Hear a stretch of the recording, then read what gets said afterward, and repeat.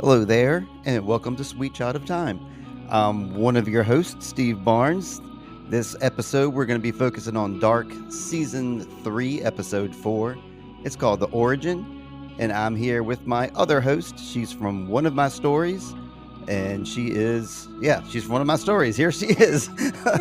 Ahoy there, Lindsay Dunn. Ahoy. Ahoy, Steve. Should I take that again? I don't know. It's always good to be remembered. It's always good to be remembered. No, you were just trying to think of what words you could use to describe me, and I appreciate that. Yeah, I mean, every week it's this. It's pretty much the same, but I know that there's probably going to be a new person every time. Lindsay supplies us with our written recaps, as everybody knows, and this one is no different. We're talking about the origin, and Lindsay, right away. What I wanted to talk about with the title of this episode, as I was alluding to before we started recording, is back in when we were doing Wheel of Time and early on, I think when we were doing Dark, a lot of these episodes had titles that were pretty vague, and you could like look at them in all kinds of different ways, and you could extrapolate different meanings just from the title itself. And Right.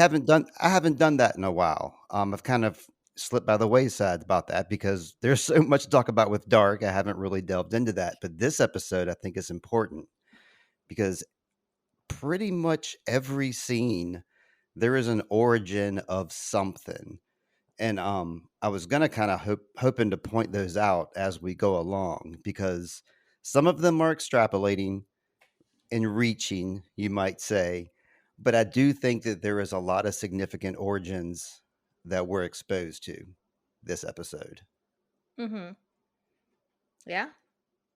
I mean, of course, we got the origin, which everybody who's seen this episode has seen the end of it, and that gives us like a pretty big guess to an origin, but lots of small origins too, Lindsay. I'm telling you. Did you notice anything like that along the way, or were you thinking along those lines at all?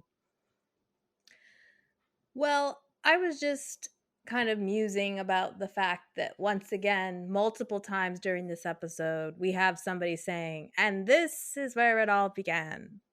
And we're like, okay, when are we going to get to what the actual beginning is? And but yet there's all these concepts that have been implanted or inceptioned into the episode about hmm not the episode, the show. Things like the bootstrap paradox that tell us there is no beginning. And so even though this is titled The Origin and we get supposedly the origin by the end of this episode, I still have sort of my doubts or my own thoughts about is that actually what I would call the origin. Hmm. Well, I mean, they keep saying and hammering over our head, the beginning is the end, and the end is the beginning. Right. That's So, another common phrase in the show that I think this is, again, open to interpretation, even though maybe mhm, some people might be encouraged to think, well, no, this is the ultimate definition. They're telling us that it's the origin. They're that's calling the it the origin. beginning. Adam's calling it the beginning. And Eve is sort of calling it the beginning also.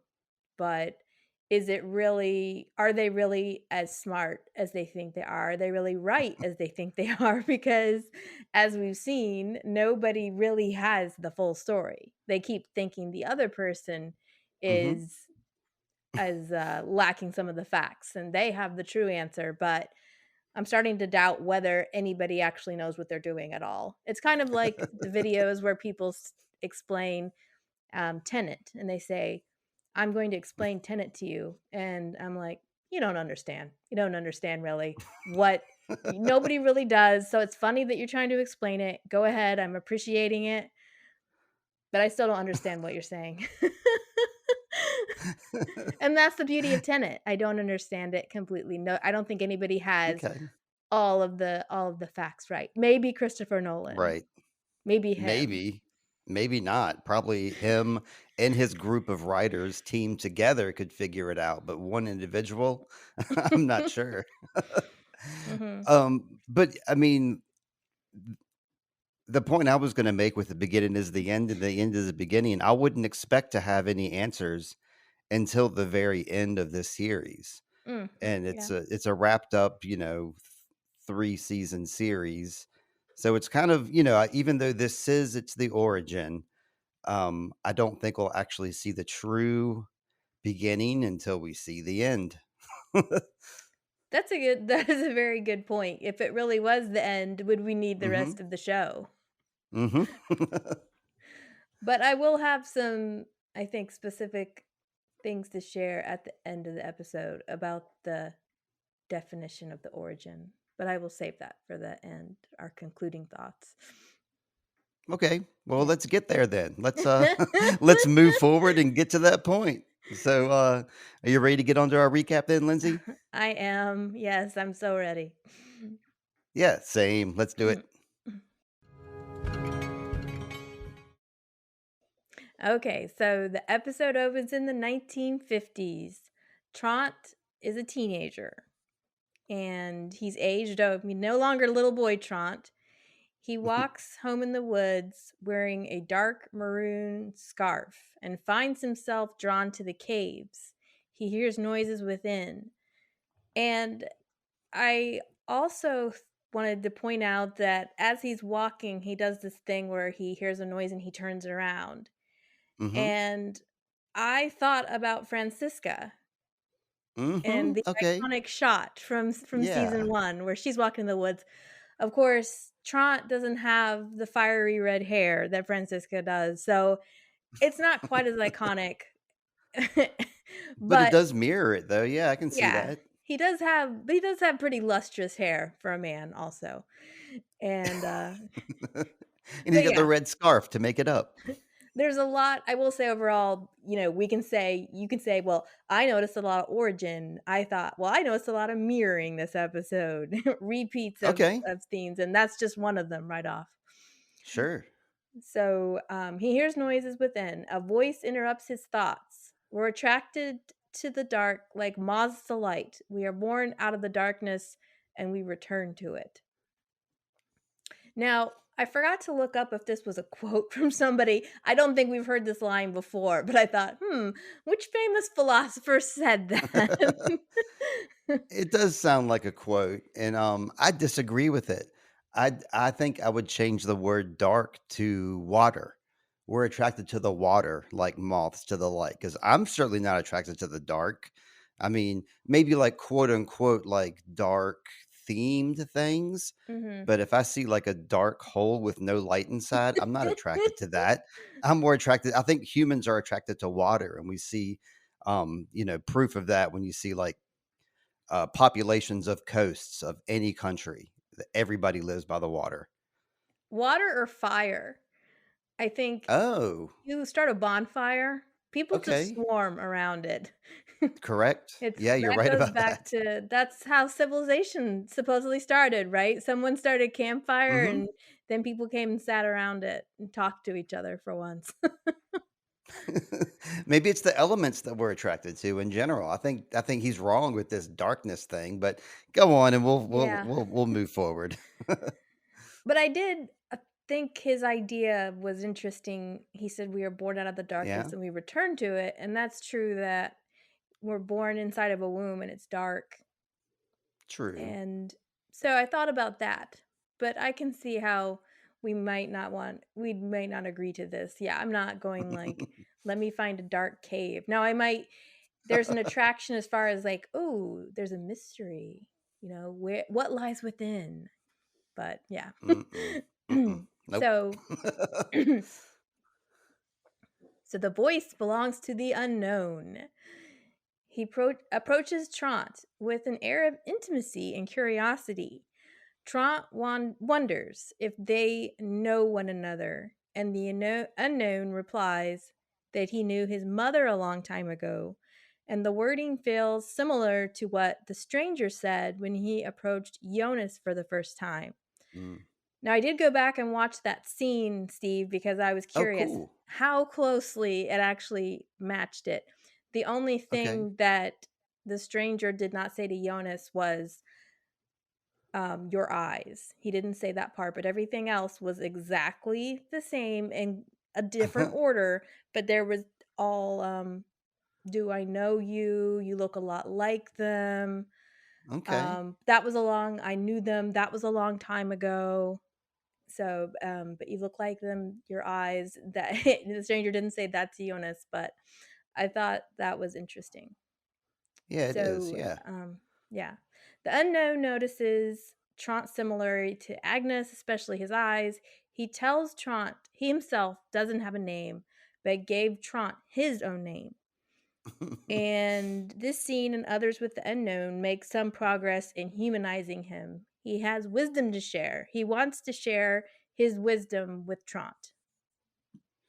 Heavily hinting that he's his dad, right? Mhm. I mean, like, I don't have a name, but I gave you yours. That's a Yeah. huge hint right there. And I think Trump picks it up too.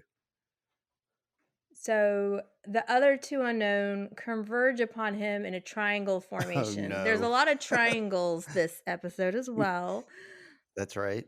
Trant looks frightened, but the adult unknown holds up his hand in a calming motion. They mean Trant no harm. The unknown gifts him an Ouroboros bracelet, the snake eating its own tail. He tells Trant it belonged to his mother once. Hmm. And then we get the title credits. What did you think of this scene, Steve? Did you like this scene? Kind of, yeah. There's things I really did like about it. The bracelet, first off, it reminded me of Wheel of Time because there's a bracelet similar to this in Wheel of Time too. Ouroboros is heavily, tied in with that. I thought that they were gonna kill him, but then I was like, wait, he's got like plot armor because we know that he grows up so that they can't kill him. Hmm. So Yep. I was kind of afraid that that was going to happen, but then, the realization. Um, I thought it was very interesting learning that he was the dad, so I really hung on to that a lot. Um, this is the nicest version of the unknown that we've seen so far. So so yeah, of course I like that a little bit. Like we haven't seen him be so kind.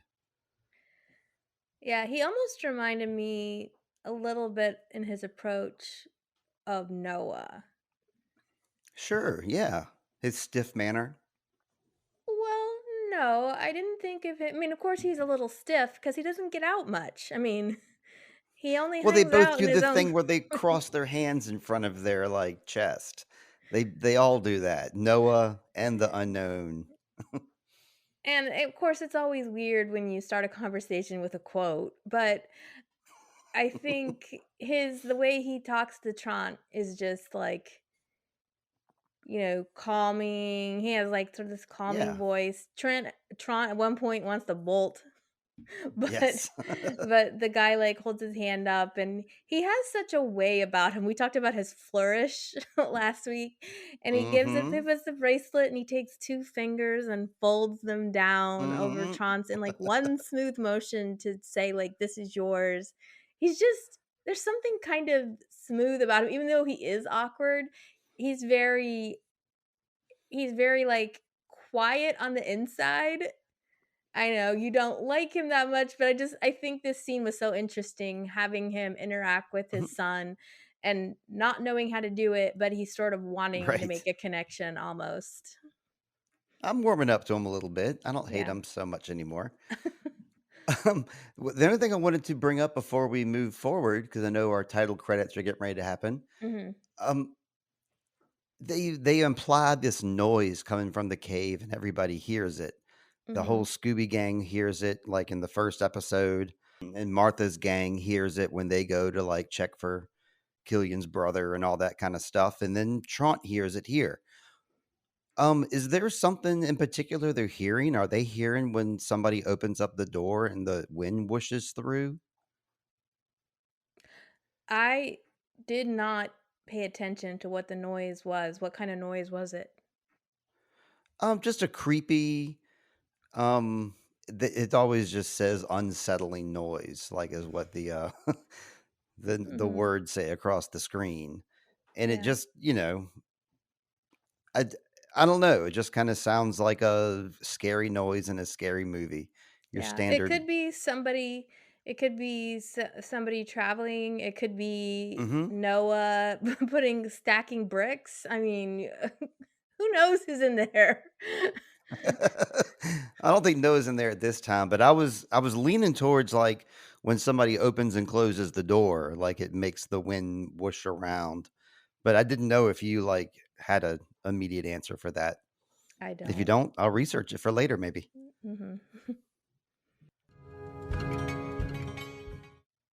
So, across town, Egon and Hannah are having sex, and it's kinda wild.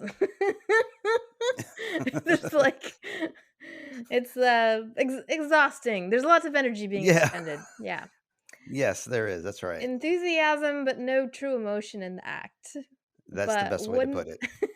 but wouldn't Ulrich hate that he and Egon slept with the same woman? Yep, he would.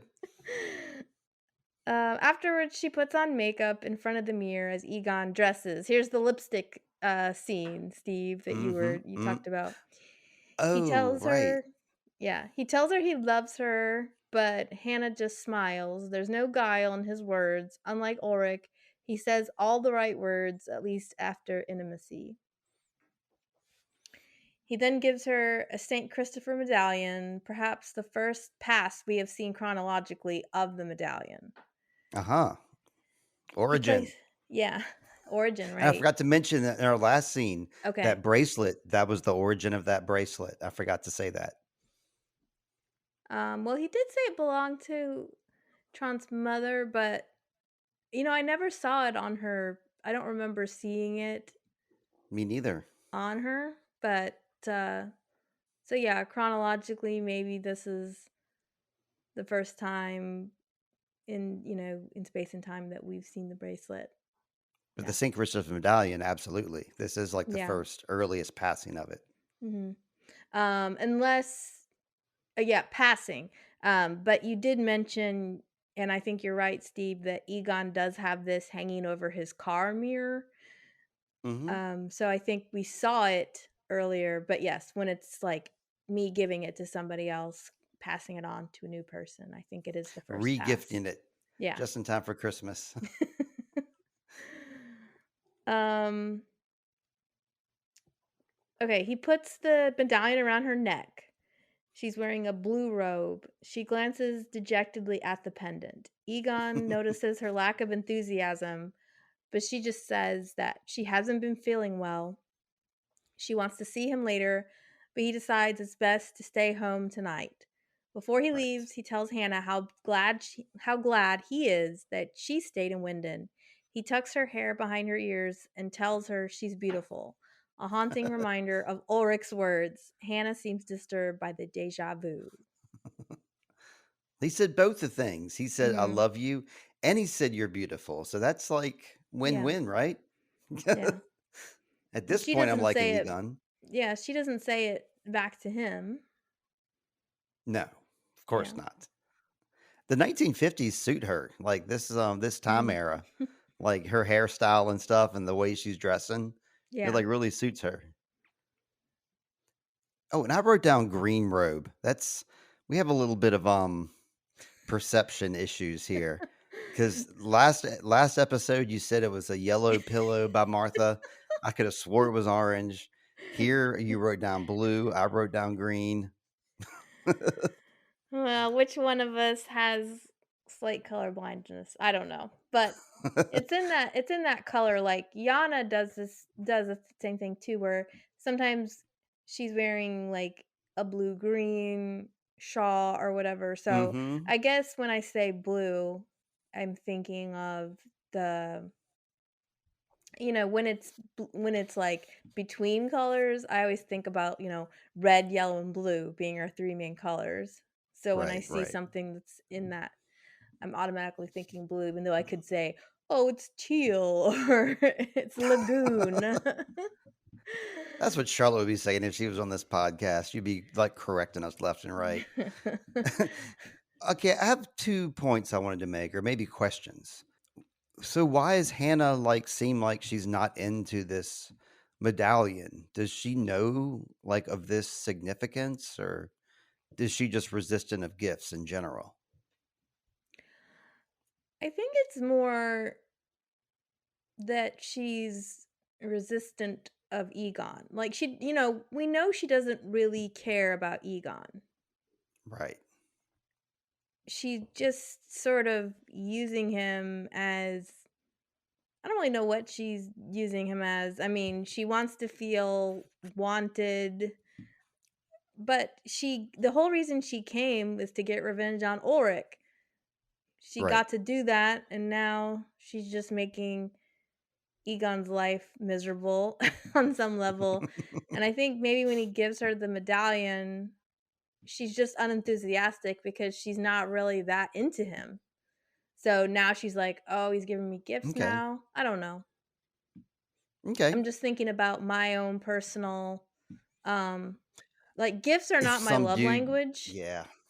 but Okay. if a guy I really liked gave me like a keychain, I'd probably be into it, you know? But whereas if another guy that I don't like that much gives me a really nice gift, then I'm feeling a little bit threatened and like, "Oh my gosh, like what are they Right. thinking about this?" Yeah, that makes a lot of sense. Okay. Well, that leads right into my second point, which I think, Mhm. speaking of the origin, perhaps she is the origin. She's here inadvertently to corrupt Egon, to make him into a bad cop, so that he influences Ulrich to become a cop to perpetuate the whole loop. Perhaps she is the origin in this situation. Mhm. Yeah, later on I have an interesting tie-in with Hannah with the origin also. Okay. But yeah, that's a good point that I mean, in a way, everybody in the show is an origin of some kind That's because right. it's Yep. I can quantum just keep on. entanglement. Everybody take a drink every time we say origin.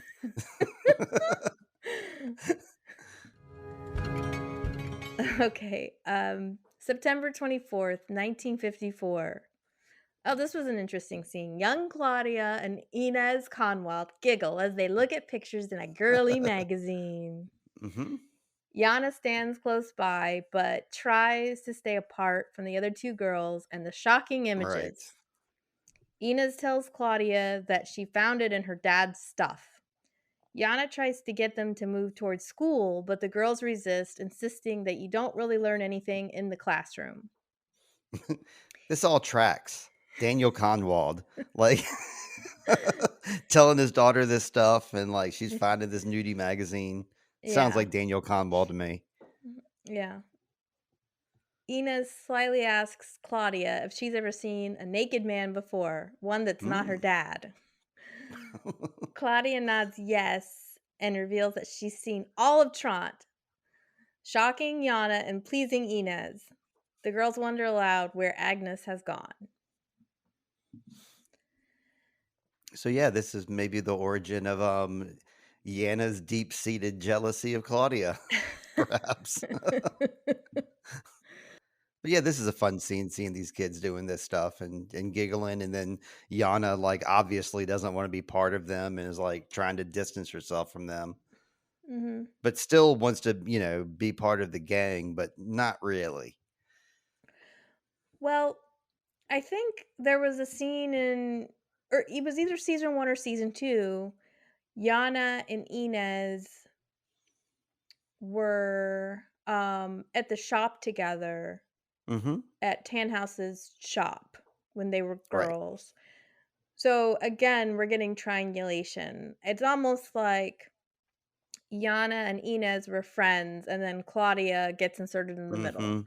And this is a Yeah. common thing that happens in middle school. There'll be two girls that are best friends, and then a new person comes in town and kind of inserts herself. Now, it's not that Claudia moved into town, she's always been there, but um, she's somehow kind of causing a fuss between I feel like Yana and Inez had a connection, but now Claudia is kind of the cool friend or the more interesting friend right now. But that's why Jan is Yeah. still hanging out on the side. Yeah, that makes sense. Yeah. So here's where I put a little personal commentary into this. Yeah, I liked it. From the recap, Inez is one of the most mysterious characters on the show, which is what's interesting that we're getting this scene. We haven't seen much of her as a little girl. We only Mhm. saw them that one time in the shop. All we know is that she is the daughter of Daniel Conwald and a friend to Yana. She never marries and works at the local hospital as a nurse, eventually becoming the adoptive mother to a lost Mikkel Nielsen. While we don't know much about Inez, we have met her father. We know he encouraged Egon to find a younger, compliant woman as a side piece, and we also know he likes to digest porn. Perhaps Inez did just steal the magazine from her father, but her questions to her friends about if they have seen another man naked other than their father makes me wonder if he has sexually abused his daughter or talked to her about sexual topics in an inappropriate way. Damn. Yeah, that's I didn't get that vibe. I appreciated you writing that cuz that made me think that perhaps that is true. What I saw it was is that she and Daniel kind of have like an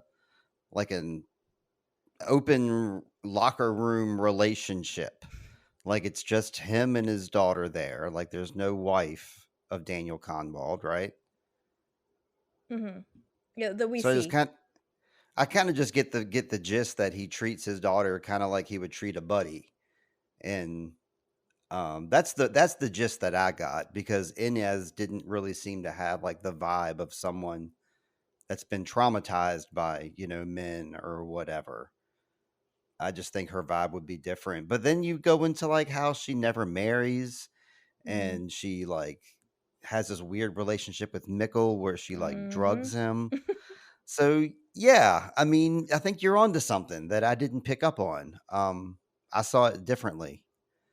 So yeah, I think Yeah. I open to just interpretation. I like this. yeah, I feel like Bo and Yantia are really I don't know, I feel like all their characters have dark secrets and are traumatized in some way. And yes, this is never overtly it's not an overt conclusion anybody can draw, Right. but I just feel like a lot of times people who are in there's also just like the basic human psychology, but a lot of times if you look at people in the caretaking industry, whether therapist, Mhm. nurse, social worker, the reason that they're doing such a demanding and thankless job is because they sort of have this savior complex on some level. And the reason you have a savior complex is because you have your own like deep seated trauma in your life. And I Hmm. can't imagine any character really in Bo and Yancha's world that doesn't have some messed up thing that happened to them as a kid. Okay, yeah. I'll defer to you. But yeah, it's honestly, Steve, this is a theory that I have heard from other people express about Inez. And so then I Okay. thought, I think that's worth exploring and bringing Yeah. up. So that's all I'm really doing. Obviously we can't say, well, she was sexually abused, but she is seems very non-shy about sexual stuff. And again, a lot of Right. times the people I'm just telling you basic human nature, the people I've met in my life that are this open about sex in a lot of times Mhm. it turns out they went through like got like sexually abused as kids. And the people that I met that were this promiscuous or open, it's like, Mhm. yeah, something happened to them when they were kids. So I Or think it's maybe a they're fair, just yeah, exposed to sex as a yeah. kid. Sure. Okay, Egon goes to work and finds Doris in his office. Women are just always showing up at Egon's office. Yeah. What a lucky dude. I mean, come on. And look at the women coming through his office. I mean, Whew, Egon, come on. Even though his hair is weird. Okay. It So is. it's not as bad as Absolutely. it's not as bad as Bartosh's hair, I will say. No, I think Egon wins with the bad hair in this episode. She questions his tardiness at work and he makes a pitiful excuse. She shows him a handkerchief with the initials HT. She found it in one of Agnes's blouses. She wonders if Egon might use it to track Agnes down via her husband, who used to be a minister. The priest's name was Hanno Tauber. She shows him a newspaper clipping. Doris Tiedemann makes a pretty good detective. She does. And you could tell that Egon was nervous that when she was like, I went through the laundry, and he was like, oh shit, what did Yeah. she find? And then he's kind of relieved that she found, some clue. But then as you're getting ready to say, he's not really that attentive to her. Hmm. She also suggests that Agnes wouldn't leave her son Trant behind. Egon tells her they are taking care of it, but Doris Right. isn't impressed. She suspects foul play because why else would Agnes leave all of this behind? Egon scoffs and makes fun of what goes on in the minds of women, triggering Doris to exit. Why isn't he impressed by this? I mean, this is great detective work right here. He's a detective, so he should recognize. But I guess he's just still like in this mode of like, I've been cheating on her, and he's Mhm. on the defensive and acting like a total piece of shit here. He's really being a piece of shit. Mhm. Yeah. I think I mean, it makes you wonder if he did go downstairs that one time and find Doris and Agnes, like, having a drink at the table, having a good old time without him. But that So was you get nothing. what? Okay. But you get the No, feeling no, I know.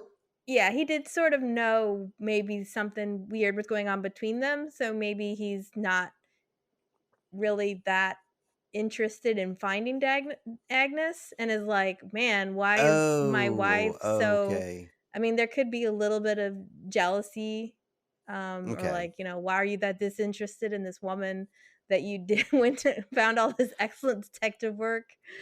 Okay, that's what I was scoffing at because I was like, you all he did was like walk in on them having a good time. It's not like they were like making out or anything. But you're right. He probably is jealous of like that friendly relationship that they have and whatnot. Yeah, I Um, mean, he was he's away from work. He knows they were sort of grew close. Probably I'm guessing. Like, well, I like to make up things, but maybe they haven't slept together in a while, and he knows just something's off with her. Ever since that woman left, my wife hasn't been the mhm, same. So I mean, if things were going really well with him and Doris, maybe he wouldn't have had an affair right. with Hannah. So Absolutely. yeah. And vice versa. Maybe Agnes would have just shot maybe Doris would have shot Agnes down quickly. Mhm. Yeah. But hey, I wanted to shout out the sketch artist at the police station who's doing these sketches of Noah and Agnes here. I mean, great handwork there. Yeah, but Doris is a little and, she comes across a little desperate here, and you have to feel a little bad for her. And then Egon just says the worst thing, like, Yeah. um, this whole, like, what goes on in the minds of women. And then as soon as she walks out, he's like, Doris! Like, he knows Hey, he that was really blew weak. it. That Yeah. was really weak. I think, but also there's also this thing about Egon that we know happens later, like, people aren't impressed with him as a policeman. He doesn't have this great True. reputation. His career Yep. kind of fails, so maybe he doesn't like this insinuation, like, "My wife must not think I'm doing a very good job because she put, like, 2 and 2 together. Now she's got more of a case than I do." Yeah, yeah. Yeah. I mean, why not use that to like better his own career though? Come on. Yeah. Solve the case. Win-win for everybody. Doris gets her girlfriend back, and Egon gets, like, a great case in the paper. Mm-hmm. Yeah. Okay, so we cut forward then to September 24th, 2053. Agnes watches the unstable God particle. Whenever I say unstable, I just mean it's like not the good God particle you'd want to walk into. Right. It's needs some work. Yeah. It's the kooky one. Yeah. Yeah. Adam compliments her on choosing the right side. He hands her the newspaper clipping that ran when Claudia's body was found. It reads, "Unidentified woman's body found in woods." Adam instructs her to give it to Claudia. This is a little confusing to me because old Claudia gave this same newspaper clipping to her in Mm-hmm. 1953. We saw that. Mm-hmm. Does that mean Agnes gave it to her and then later Claudia gives it back? We've never Yes. seen Agnes giving the news clipping to Claudia. Right. I did a lot of research on this, and I can't talk all about it now because it's very Oh, okay. complicated. It involves the whole story of Agnes, but the short version is Adam gives this clipping to Agnes right now. Mhm. She gives it to a younger version of Claudia. That younger version of Claudia gives it to a younger version of Agnes. That younger version of Agnes is the one who eventually gives it to the older Claudia. So there's a lot of back and forth going on here. Somebody on Reddit, I love going there for answers. They wrote out Agnes's entire timeline and what she was doing between 1910 and 2053, and it was solid. So Mm. that's the short answer right there. Well, I'd like to read that because I do Yeah, have questions about Agnes. There's I'll question send it in the chat. marks. Yeah, question marks about Agnes. And maybe once I read it, we can talk more fully about the legend of Agnes. Because I also think, yeah, I also wonder, like, well, we see later, yeah, where's she going, and there's questions about her and when we saw her earlier, was she older or younger and all that. So I think I'd like to know more about that. Yeah, yep. Yeah. Moving on, Adam tells her that life is a gift for those who know how to use it. She questions Adam if he will tell Marta about the true origin, and Adam doesn't respond. In the same time, Alt Marta wakes up gasping for air. Magnus sits nearby. He mentions that he used to wonder why she chose to ditch them in 1888. She simply dropped off a piece of dark matter and then disappeared. Now, today, it's his older self, along with Adam and probably Franziska, that gives her that order. She apologizes for abandoning him. He tells her that Adam is ready to see her. This very stoic Magnus can't seem to hide that as a teen he was hurt at his sister's actions, even if it's not his world's version of his sister. Yeah, I don't know what else I can add to that you didn't put there. The only note that I had before I read your recap was, he was this that whole act confused him as a kid, and then as he became an adult, he became aware of her reasoning, and that sounds like a cycle that, is a cycle of growth. Mm-hmm. Basically, like we wonder why our parents are a certain way, and then when we get to their age, we realize why. Yeah. It's a great bit of acting for that older Magnus character, I thought. Oh This seems yeah. very brief, but he's just genuinely looks wounded. But also, he's like, Adam needs me to do this now. He's totally programmed. He's in the cult. Yeah, he's been at it for a long time. Yeah. So we warp to World 2, the post apocalyptic. I can't talk today. The post Me neither. apocalyptic. Where's our blooper reel, Steve? The post apocalyptic Eric Lux world, bright with light. Here's the location of the hatch. It's November 6th, 2052. We cut to inside the bunker. The walls are covered with writing. Names of the town's characters appear with dates. Are these the dates of their death? Stranger Marta tells Marta 2 that this is her future. Welcome to the future! Marta's shaking, not ready to believe such a horrible thing to be true. She asks about the door to the cave. Jonas stands by wordlessly, but he looks troubled to see Marta's distress.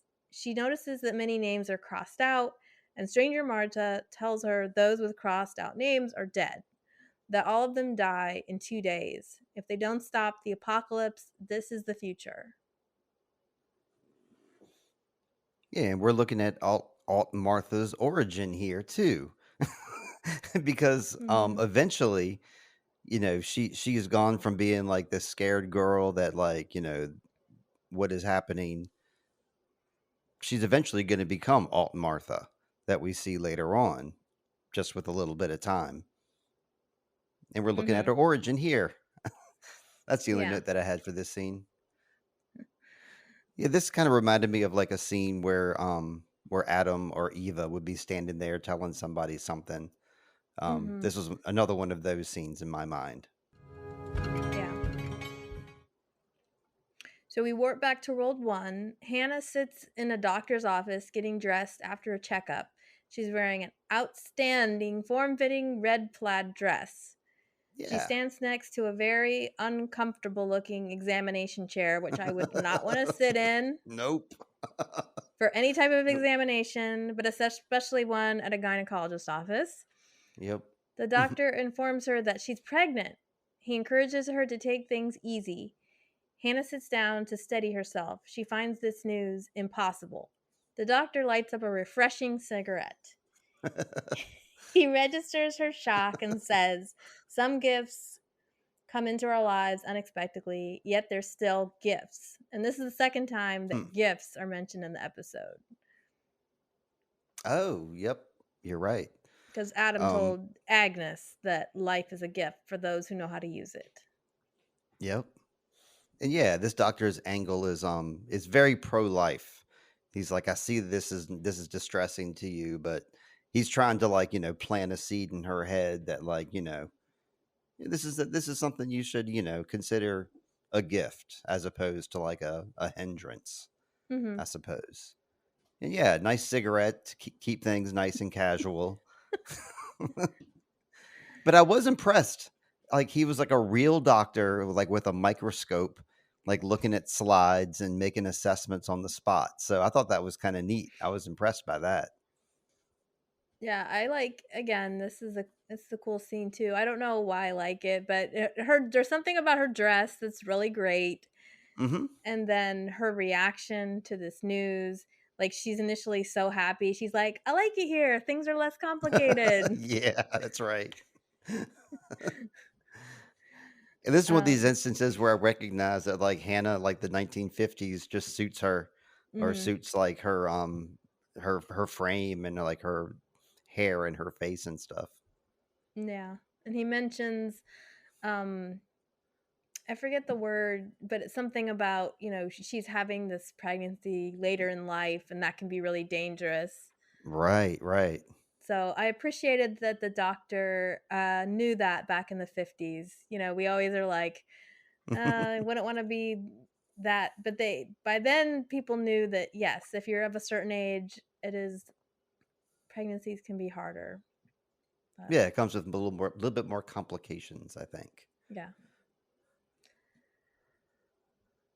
So yeah. And I thought yeah, I'll talk more about the gifts thing at the end. Yeah.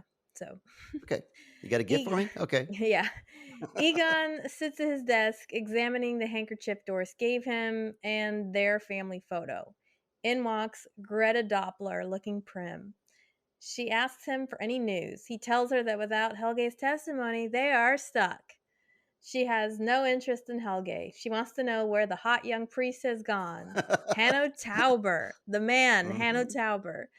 She has a cover story that their church needs their minister back, or the devil will Sure, take a hold. that's it. Might happen. And then Egon seizes the opportunity to try and earn some grace back with Doris by asking Greta if she ever saw the minister with a woman. This earns Egon an icy blue stare. Everyone wants to find their boo today. Yeah, that was the wrong angle to go there. He didn't realize, but but yeah, this is the second, like, second attractive woman to come into his office this afternoon. Mhm. I have a feeling there'll be a third. Mhm. Oh yeah, I was thinking about something too. I wrote this down here. This is just a little, Steve Barnes randomness. Remember, I was telling you when I'll send you the information I have about Agnes, Okay. but I think there's like enough there for us just to talk about Agnes. We could do like almost an Agnes show, but this is what I was thinking about for like way in the future when we're like, oh, let's have an episode about Dark. We can do like a hotness ranking of all the characters. It'd be very subjective and all that, but you could rank all the male characters and I could rank all the female characters. And I think that would be a fun episode personally. It would be probably be heated, but who knows. Maybe. But yeah, it was funny that she's just like, "What? No, I'm talking about the priest, Hannah Tauber." And then he says, "Has she ever been with a woman? How dare you?" Never. She didn't like that idea at all. Get your hands off my hot priest. See, that's what made me start thinking about the hotness ranking. Is like when I saw you wrote down like hot young priest there, Mhm. and I've been checking out Hannah this episode, so that's what spurned this thought. Okay. Across town, Doris enters the Sigmundist church. Inside, she finds the unknown with his hands folded together. Now, I did notice the hand fold this time. Mm-hmm. Holding the Sigmundist diary. She asks if he has any knowledge of the missing Agnes or the missing priest. I thought it was interesting. She says, "My husband, I know someone who was married to a priest. Is this where all the priests hang out?" I mean, she doesn't say that, but she's like, "You're a priest. He's a priest. Maybe y'all know each other." It's a big brotherhood. That's right. She claims to be concerned about Trant, the son of Agnes, but the unknown sees through her disguise. He says, "With every lie, the human soul dies just a little bit. The ways of the heart cannot be explained. It does what it wants." Mm-hmm. The three forms of the unknown converge upon her. They know she longs for Agnes. He encourages her to open her eyes about Egon's behavior. Doris Yes. tries to stutter a denial, but it's no use. They don't harm her, but she may never want to step foot in church again.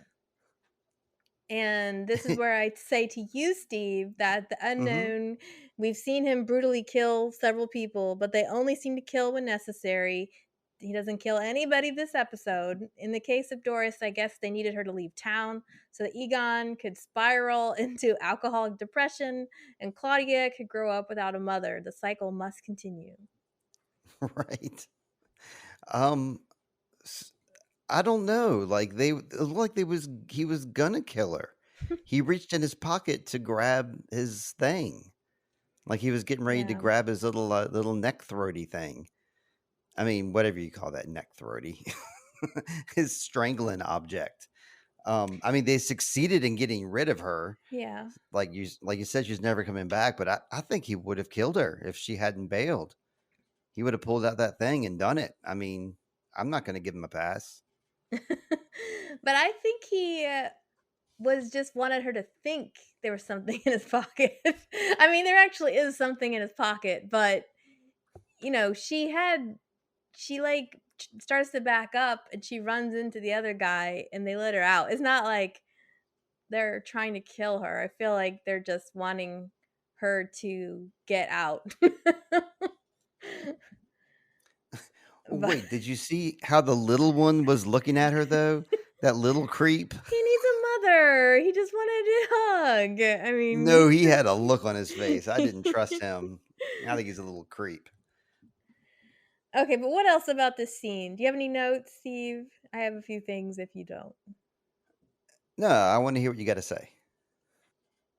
This thing he says here, it's not a quote, but it's a quote by the unknown. With every lie, the human soul dies just a little bit.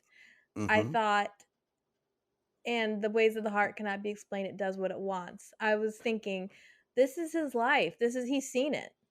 He's that is what he's seen is all of the lies. He knows his mother keeps lying to his father. I feel like he's speaking from experience here. And again, it goes back to that thing I said at the beginning. I feel like this is the transition. The other episodes, the unknown was all about killing people, and he had the task that his mother mhm. had given him. And it is, I mean, he still has tasks here. Obviously, he's supposed to make sure that Doris leaves town. But I feel like he's imparting his wisdom to people. He's telling this is his life. Lies. He sees lies every day. Yeah, he's got the most, like, I guess, sheltered life out of everybody, really. Mhm. Um, and yeah, I didn't get as much out of the scene and out of him. So, yeah, I appreciate all that. And plus it just visually looks cool. Like the three of them like converging upon Doris. Another triangle. Another I triangle. suppose so. I still think the whole trope is unnecessary, but I'm, I'm suspending my disbelief. All right. So now we are back at the lake. The camera pans over Wyndon towards the Ah, lake. Yana walks in the woods but stops when she sees Trant sitting on a log. She has a shock of blonde hair running through one of her braids. yeah, I noticed that. Yeah. That's the He first time I've noticed that, right? y Yeah, I mean, I think older Yana has, like, a silver streak in her hair on one side, She so does, yeah. yeah. So it's But just like kind they of a were, cool yeah. it's the origin of the white The streak. origin of the streak. Yes. He sits on the same exact spot where Jonas and Marta converged in 2019. She asks about the snake bracelet and compliments its beauty. He sticks the bracelet in his pocket. She wonders why he sits by himself on a log by the lake. He shares that he enjoys solitude. He opens up a little and shares that he likes to write stories. Yana smiles and he compliments her. Trant doesn't like to talk much, and Yana's quiet spirit seems to soothe him. We've seen him with the precocious Claudia. Yana doesn't press him for details. We know Trant is filled with secrets. Perhaps he needs someone who understands the need for space. Yeah, I liked this scene more so than the last scene with the unknown at the church. I like the solitude of this scene too. I liked Trant in this scene. Mhm. He became like a cooler character to me here, and I can see like how he's rubbed off on Ulrich some, maybe where Ulrich maybe has gotten some of his mannerisms from. Hmm. And he looks all cool and stylish here. Like he reminded me of Bartosh, season one Bartosh, the way he's dressed all slick and good looking here. And he's foreshadowing that, he's going to become a writer. Yeah. So this is like foreshadowing of that, the origin of the young writer Tron, who eventually goes on to write for the paper. And Jana makes an impression. Um, yeah, we get with them later, but she definitely makes an impression on him here. Maybe it's her smile, maybe it's just the fact that she just sits quietly and doesn't try to dominate the conversation or anything. Yeah. But yeah, she does make an impression. Yeah, I mean, I think met him with he's been when we first meet him, he's hanging out with his mother. His mother Hmm. is at in her like stylish persona that shows up at Wyndon. She's very talkative and he's very quiet. Then Right. he hangs out with Claudia, another really talkative, precocious person, Hmm. and Yep. Yana's just so completely different. More deferential, more curious about him rather than, Claudia was curious too, but at the same time, she's kind of curious for her own purposes. Okay. Sure. Yeah, that makes sense. Yeah.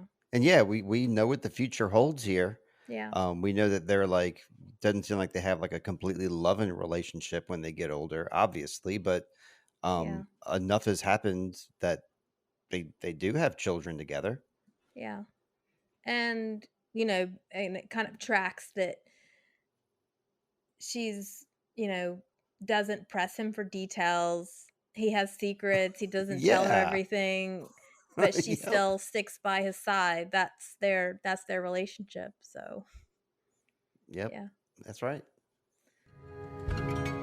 Okay, so at the police station, Hannah interrupts Egon's smoke break. He's unhappy that she's dropped by, although everyone else does it.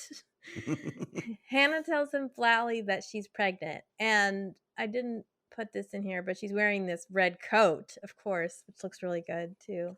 Yeah, that's right. Bright red. A lot of Yeah, attention on her. matches the lipstick. He accuses her of not being careful and then makes the horrible mistake of asking if the child is his. I was watching this last night, Steve, and I thought, well, at least he didn't say, "Is it mine?" And then that was the next thing he said, and I was like, oh no. He's such a jerk face in this Yeah. episode. Oh my god. Like and how can he like accuse her of not being careful? Wasn't he being careful? Why is it on her? I Mhm. mean, what a dick. Yeah. Typical, typical. The vessel gets blamed. Yep, Yeah. especially here. Yep. Hannah attacks back. She thought Egon was harmless, but he's just another entitled prick. He then offers to drive her home. Did Hannah expect a different outcome from the man who claims to love her? Hannah has never been more relatable.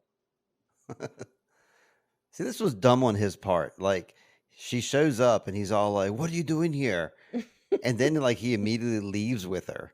So Mhm. that doesn't look good like to the rest of his coworkers, right? Yeah. Perception, Egon. Come on. It's like, just taking a very long lunch, gentlemen. And I came in late too, by the way, but whatever. He's um, truly like a work from home kind of guy, right? yeah. Work from home kind of guy. Okay, we cut to the Doppler mansion. We see copies of advertisements promising the wonders of atomic energy. The family in the ad looks amazingly like Bern, Greta, and Helge, except they're all Yep. super happy in this ad, That's the only difference. Yeah. That's right. Claudia stands awkwardly while she overhears an angry Bernd on the phone berating some poor bureaucrat about the denial of his building permit. Which comes into play later, but that's really fun that she has to sit there and listen to that. Yeah. Byrne finishes the phone call and comes out of his office, finding Claudia. He's slightly embarrassed at his outburst. He compliments her beauty and brains, handing her some bills in compensation. Claudia waves him off, insisting that he's paying her too much, but Byrne gives her a life lesson. If you really want something, then take it. Things don't just happen by themselves. She takes the money. This moment may have been the catalyst for Byrne becoming Claudia's mentor and establishing her as his heir apparent. By catalyst, do you mean like the origin of their relationship? Sure, Steve. I definitely agree with that then. I mean, these two influence each other, even her as a young kid, because I think I got the impression that maybe Burnt has a little bit of self actualization about himself. Like he sees himself through Claudia's eyes for a second. And he's like, oh, maybe I shouldn't be such a a yelly, jerky guy. I don't know. That's I mean, children can definitely influence us as much as we influence them. Nothing more? Wasn't that enough? Didn't that blow your mind? Well, no, I mean that's interesting. Maybe he sees that she Yeah, maybe he sees maybe I sounded a little like a jerk just now. That's true. Oh, and her refusal of, like, the high money too. Like, Mhm. of course, he teaches her a lesson, but Yeah. maybe she teaches him a lesson too, like, "Oh, maybe money isn't, like, the thing that you use to pay people off all the time. Maybe, being kind or maybe just, I don't know, being honest." Yeah, but what do you think about this life lesson he gave her? Do you think these words impress Mhm. Claudia? I do. Oh, yeah, absolutely. Because, we know that she, comes becomes the leader of that company, the president or a CEO, whatever you wanna call it, and you can't Mhm. become that, um, you know, by just being weak-kneed and, being kind and honest. You gotta take what you can get and make things happen and Mhm. force yourself along the way. I mean, I think that, yeah, he definitely was our mentor and Yeah, and then we have to remember that just at this same time, at this Mhm. as this encounter happens, her dad becomes a raging alcoholic and her mother Mm, leaves town. So I good feel like point. this is a really a big turning point in Claudia's life and maybe Right. shaped how seriously she took the words. Thinking I guess the only other comparison I can think of in this show is that um how Mickle met Noah and Noah made a big impression Mhm. on him, but it was also in a time of great need for Mickle. And Claudia doesn't know she's in the middle of a time for great need, but we know that probably at this point her life probably changed a lot. Makes a lot of sense. Burnt's a better father figure going Mhm. forward from this point on. Yeah, she probably kept coming to their house to tutor Helge and Mhm. saw him quite often. So, Yep. yeah. So then we are in the town hall and the mayor exits the building and is helped into his car by the older unknown. The older unknown gets to do something. Yay. "You're not Higginsworth. What's going on here?" Yeah, the driver was Heinz. Heinz didn't show up Yeah. for work today. Dang it. So now I'm with this guy. The other two also get into the car. The mayor tries to exit, but the youngest one pulls a gun on him. Hmm. The adult unknown accuses him of letting the coal industry bribe him into blocking plans for the power plant, and they force him to sign the permit. Right on, like, for exposing his corruption and then corrupting him, like, yet again. It's like 2 layers of corruption happening here. I'm wondering if maybe this is the young guy's, initiation into, like, more involvement in killing people because he has to grow up to be a killer and do it, like, Yeah. emotionlessly. So I honestly do think that, like, we're seeing him starting to get tasked with stuff like that. Yeah, it was the first time we really saw him. Well, I think he did have a torch and he burned, he helped with the burning at the beginning, but All kids wanna do that, though. That's fun yeah. stuff. He got to hold the gun this time. Yeah, the origin of the unknown.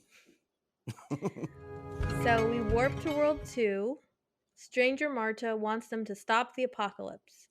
They must stop the barrels at the power plant from being opened. Jonas gets irritated that she only talks about this world. He wants to Mhm. save his Marta. Eva told him this was possible. Stranger Marta tells him that she lied. He can't save both worlds. He has to choose. She then encourages him to choose this world because World 1 didn't go so well.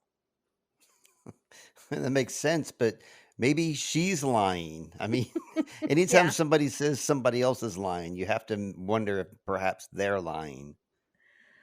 Well, plus she it's not just that someone else is lying. She's like, "My other self lied to you." She is Eva, that's right. That's the thing is like with Jonas, I would have left this group a long time ago. Like cuz how could you believe anybody? True. Yeah, it's impossible to. You just have to go by instinct and Mhm. hope that time keeps things right. If you keep Yeah. your faith in time. And in the case though, like, it's not even instinct, I feel like they're but for Jonas, it's like the whole what you want, the heart knows what it wants. So, even though Mhm. all reason is saying, "Just leave," they just say the magic words, "Marta," and he goes along with it. That's true. Marta runs out of the bunker. Before he follows her, stranger Marta tells him that in this world, he and Marta can be together. This is what he wanted. Boy, I would love to see stranger Jonas and stranger Marta together. Would they still like each other? They'd have to, Yes. right? Yes, absolutely. Yeah, we discussed this last week too, I believe. How that would be an awesome power Yeah. couple and they would just look all cool. They'd be that kind of couple that you would see at the Depeche Mode show. You would see this old cool couple with gray hair. Yeah. I mean, wouldn't that have been a cool show if stranger Marta and stranger Jonas just decided to ditch the whole plan and, run off together? I would like yeah, that I'd uh, like to see that sequel yes, or that season spin-off series. 3.5, right? Yeah. Kinda like how they're doing, like, this Scott Pilgrim thing, and it's, like, kinda following the movie, but it goes in its own direction. Yeah. Do the same thing here with The Strangers. The show could be called, Dark Strangers, perhaps. Dark Friends. Oh, yes. Alright, all tied in. Okay, Jonas chases after Marta. He catches up to her and seems to understand her distress. She wonders how this can all be possible. She feels like a crazy person. He understands her and shares that he knows how she feels. And he's not going to give up trying to find a way. He believes Alt Marta is trying to do the same thing, the one who brought him Mhm. here. Marta with the scars. He Right. expresses faith in the person of Marta. Yep, I don't really have much to add here. I think that, I don't think there's much more than what you at least in my mind, Mhm. than what you, summarized there. Yeah. I Do you guess have any like more? I mean, the only thing I could say is I feel like this is what Marta needed to continue is for Jonas to show this moment of compassion. Okay, alright. He's been let's like put things in perspective a little bit. For this Marta, what has happened so far is basically Jonas has stalked her with her friends, and her boyfriend, followed her around and said like kept trying to get her attention. He then Right, gets her to follow him into the cave, and now she discovers this apocalyptic world, and then they're like, "Hey, this is your future if you don't stop the apocalypse." It's a lot to put on somebody, and then right. Right, and right, right. then but here Jonas for the first time maybe is just like treating her like a human being a little bit, and maybe that's what she needed to continue because Okay. so far he's just been manipulating her into doing what he wants, and I feel like he kind of finally sees like, oh, she's upset, and he understands. He kind of recognizes himself in her, and I just think that's interesting that his demeanor changes a little bit how he's been treating her. Maybe thanks to this, stranger Marta, perhaps. Yeah. Maybe she helped a little bit with that? Maybe she didn't. I don't know. What do you think? Was she helpful? I don't I yeah, I was don't just think one the other Marta. I think she's a little cold. It's kinda like Stranger Jonas. She's just, like, a little cold in her delivery. She has to play a purpose of some Yeah. sort, though, but I guess not here yet. Oh, yeah. They all have a purpose. So we warp to World 1. Alt Marta. Oh, here she is. The Marta he was just talking about. Alt Marta looks on as Agnes and the girl from the future embrace. Older Franziska, older Magnus, and Adam also watch. Adam says that it's time. Agnes steps into the room with the God particle wearing one of the yellow suits.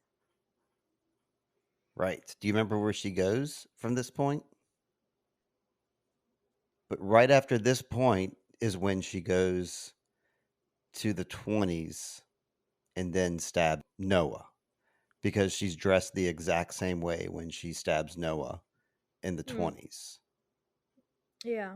Okay. Yeah. But yeah, real quick scene. We don't know the girl's name or her identity yet, but we just recognize her as the Welcome to the Future greeter. Yeah. So back in 1954, Trant and Yana walk home in the woods. She asks about his mother and the man he met in the woods. Is that his father? He mentions that he was in a home once. She asks what it was like, and he pulls up his sleeves, showing her the scars on his arm. He shares a secret with her. I don't want to know if that man is my dad, and I'm glad that my mother's gone. He offers her the Ouroboros bracelet. We can view this as an affectionate gift, but he did just say he doesn't care about his mother anymore. That's true. Here's a piece of garbage that I don't want anymore.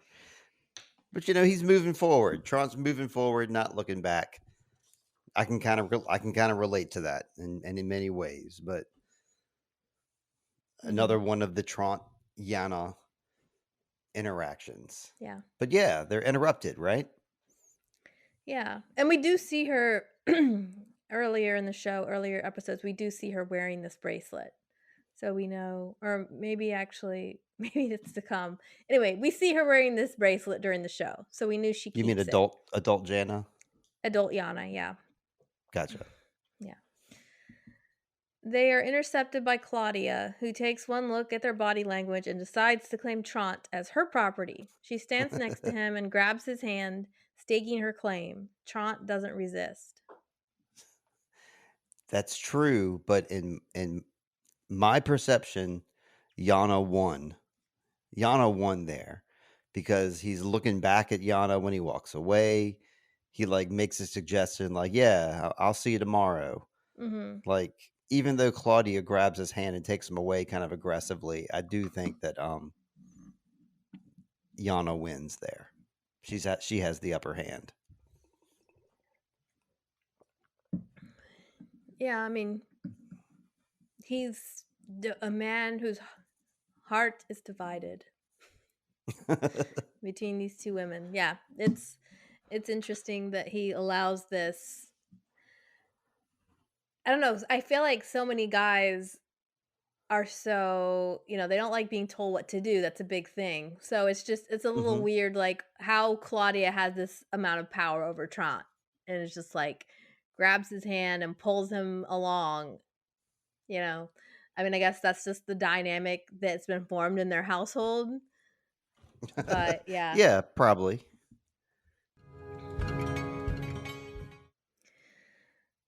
Okay.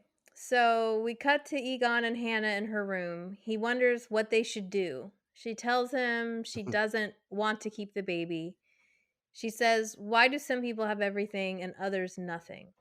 She puts her hand on his face like he did to her, like Ulrich did to her. She wants to know what it feels like to let someone go. She's tired of trying to hold on to a man. She doesn't need anyone. She repeats the words her son once said to her. She holds them as a token and a point of pride. I remember she said the same thing to Burnt in season 1. Why do some people have everything and other people have nothing? That's the same thing Hannah said to Burnt when she presented him with the bag. Alexander. When she started to blackmail him. Oh, I'm sorry, Alexander. That's right. Alexander, My yeah. bad. Okay. But yeah, you're right. She does. I was wondering where I'd heard this line before. But yeah. Well, it wasn't Burnt. It was Alexander. Yeah. What did you think about her touching his face? I didn't get it. There's a lot of face touching in, like, this show in general, Yeah. and it just sometimes doesn't seem like it never seems like it's the right time to do it. And I mean, I think that's another thing that I might change about the show if I had, like, the power to do so. The Like, face no face touching. touching, y'all. It's weird. Maybe once is okay, but Yeah. don't make a habit of it. Yeah, the only thing I could think of is, yeah, that's what Ulrich did to her, and, when he said, "You're beautiful," he kinda touches her on the Mhm, face and tucks her hair behind her ears, and she kinda does mhm. that to him. She's like, "I'm gonna do the same thing Ulrich did to me." I'm gonna be the one that's Okay. the boss bitch now, and I'm just gonna Oh, yeah. yeah, I totally buy that then, yes. Um, so he gives her the contact information of someone who can help her get rid of the baby quietly. The name on the paper reads Mrs. Obendorf, and the person who gave him the name was Daniel. Daniel Yes. Conwald. The working class at it again, like, they're, like, hidden out there in Germany, but, like, these underclass folk that don't get a lot of credit are doing a lot of heavy lifting in the background, Yeah. especially the Obendorfs with those barrels and Mhm. supplying the town in drugs in World One and Yeah. It's kind of a nice callback to the Obendorfs, like, you know, Mhm, we kinda see their presence is here, and, yeah, this is the Obendorfs are the one kind of family that they use in the show that we know are of a different class, so mhm, mhm. it's kinda good to do that even though it'd be interesting to have more of that, I mean, I guess we have, like, the Tiedemans well, it was the Dopplers, then the Tiedemans who were, like, the rich people in town, um, that somehow that gets switched from Doppler to Tiedemann, I guess through Claudia. Um, yeah, so But the Obendorfs got the gray market and the black market at mhm, hand. They mhm, got the drugs, they did the transporting, the illegal transporting under the table. yeah, Here that she's doing some Obendorf is doing some like, back alley medical procedures that aren't legal. Uh, have you seen the show Ozark by any no, chance? I think I asked you this before. There's a family in the Ozarks. Um, I can't remember their last names, but it was the same thing with this family. Like they anything illegal like drug dealing or guns or if you needed a ride somewhere like illegal or illicit, this is the family to go to. And the Obendorfs are it and Wyndon. mhm, yeah, McCullums. That's no, it wasn't McCullums. I I really want to like their name, the Ozark name is the tip of my tongue. It's really important that I get that name out, Lindsay. yeah. Well, I don't know if you heard me say this part, but the person who gave him that name is Daniel Conwald. Right. So And that's, you know, it makes me wonder too, especially the person we meet, it's like that could go back to Inez. Like Daniel knows how to get rid of babies, if we need to get rid of right. them quietly. Because he talks about like, having girlfriends and stuff. And this Mhm. is Yeah. obviously something that he's done before. Yeah. So back on World 2, Jonas and Raincoat Marta walk toward the caves. She looks behind her before entering. Back in the bunker, stranger Marta draws a line between Marta and Jonas on the family tree. Underneath is an infinity symbol. In walks Noah, too.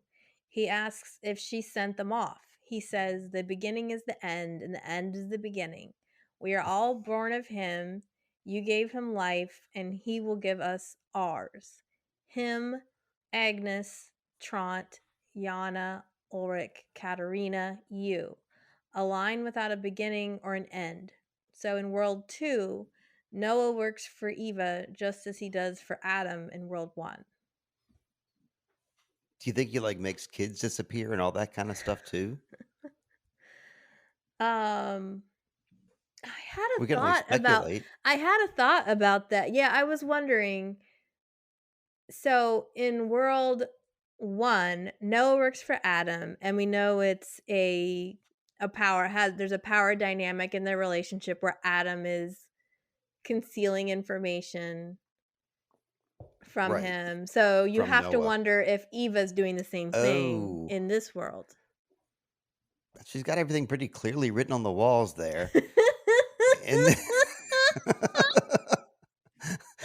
and we and we do have like they do show the link between like Jonas and Marta, right? Is this where they show like there's a link between them that is the infinity sign, Yes, or is that that was the later? beginning of this scene. She draws the Right. line between them and then a line down to the infinity symbol. Right. And I think that's cuz when I first saw Noah here, I was like, what is he doing here? Before I Yeah. realized like, oh, he's like an alternate Noah. So that's okay, that's cool. Yeah.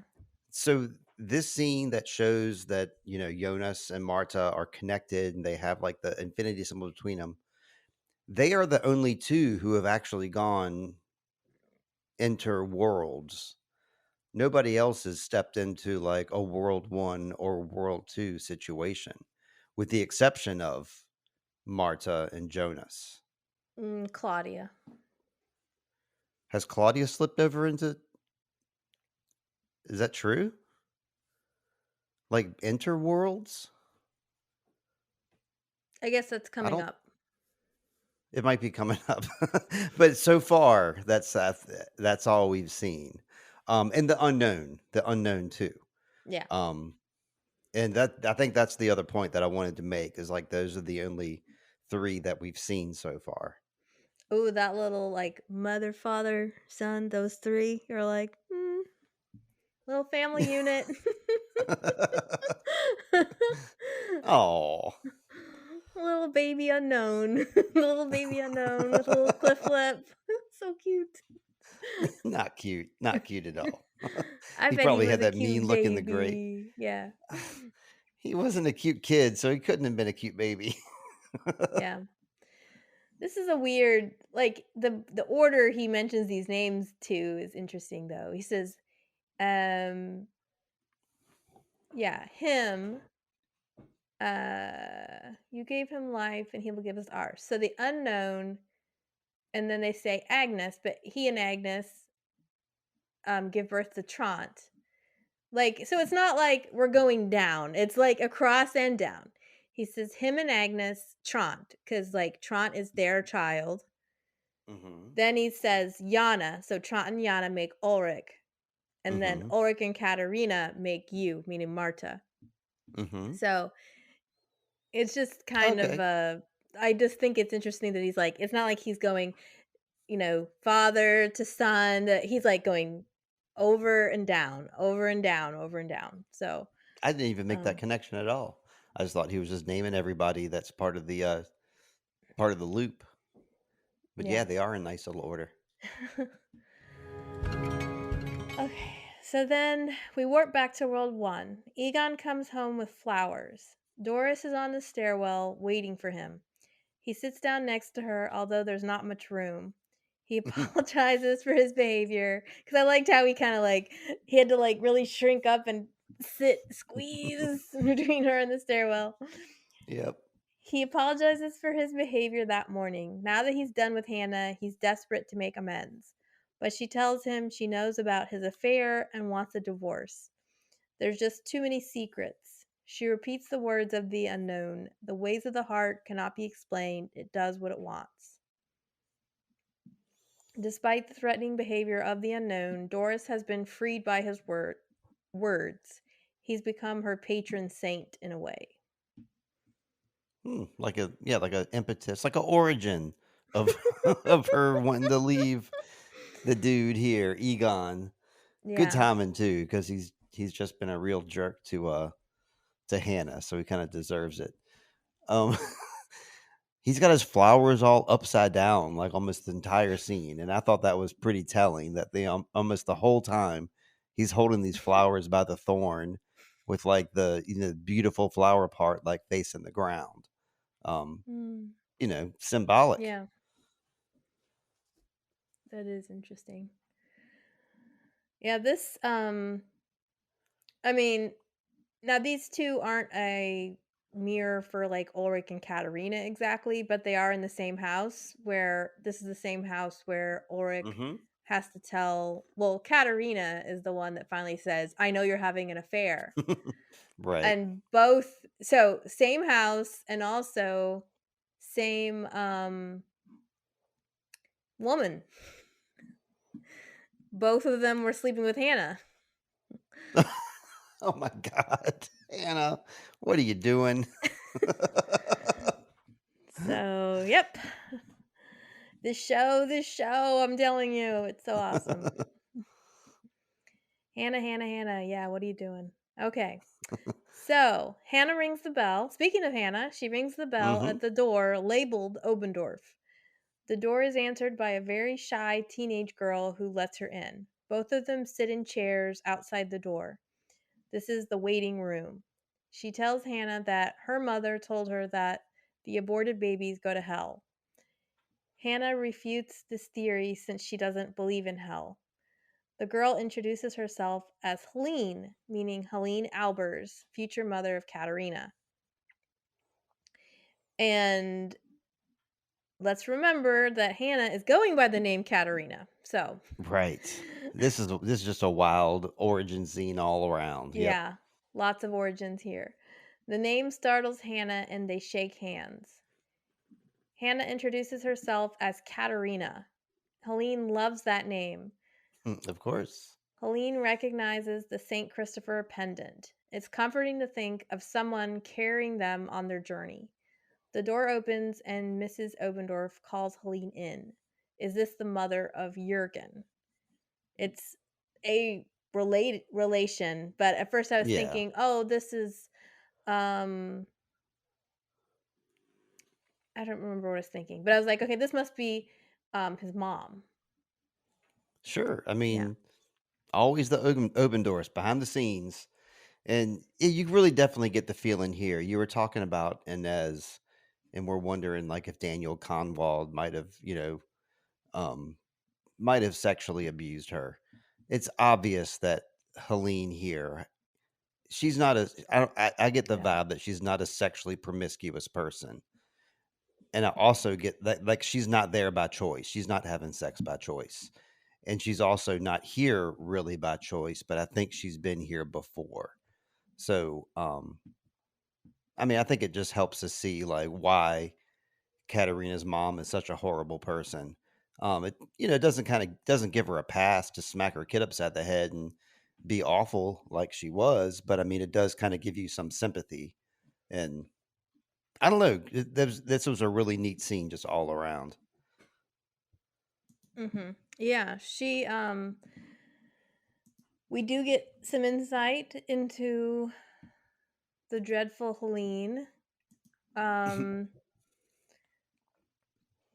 and yes, you do get the idea that she's been here before because she seems to really know her way around. I mean, she answers the Mhm. door and she says, Mhm. "This is where you sit." So, I think at first your initial when this girl enters the door, you're like, "Oh, she must be either Mrs. Obendorf's daughter or she's an assistant." I Mhm. don't know. That's what Like I thought. she's That's what I thought at first. Yeah. yeah. But no, she's a client and she's here having an abortion. So, um and she talks about her mother. Her mother's obviously a very strict religious person because she's talking to her about hell Mhm. and And her mother knows about what's going on. She knows that her yeah. daughter's here getting these abortions, and she probably knows that why her daughter is there getting abortions. Just seems like a whole cycle of just abuse and hate going Mhm. on back there. Yeah. Then Hannah looks thoughtfully. So Helene's gone in. Hannah is sitting outside and she looks at the Mhm. chair where Helene was sitting. She places the St. Christopher pendant on the woman's coat, deciding not to go through with an abortion after all. This interaction must touch Helene deeply because she ends up naming a daughter after the woman we know as Hannah, and the Hannah Helene meets that day is the best version of Hannah beautiful, fashionable, kind, and serene. And basically, she appears like an angel to this person.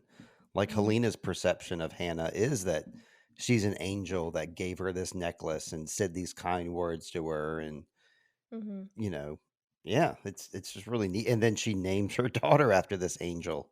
Yeah.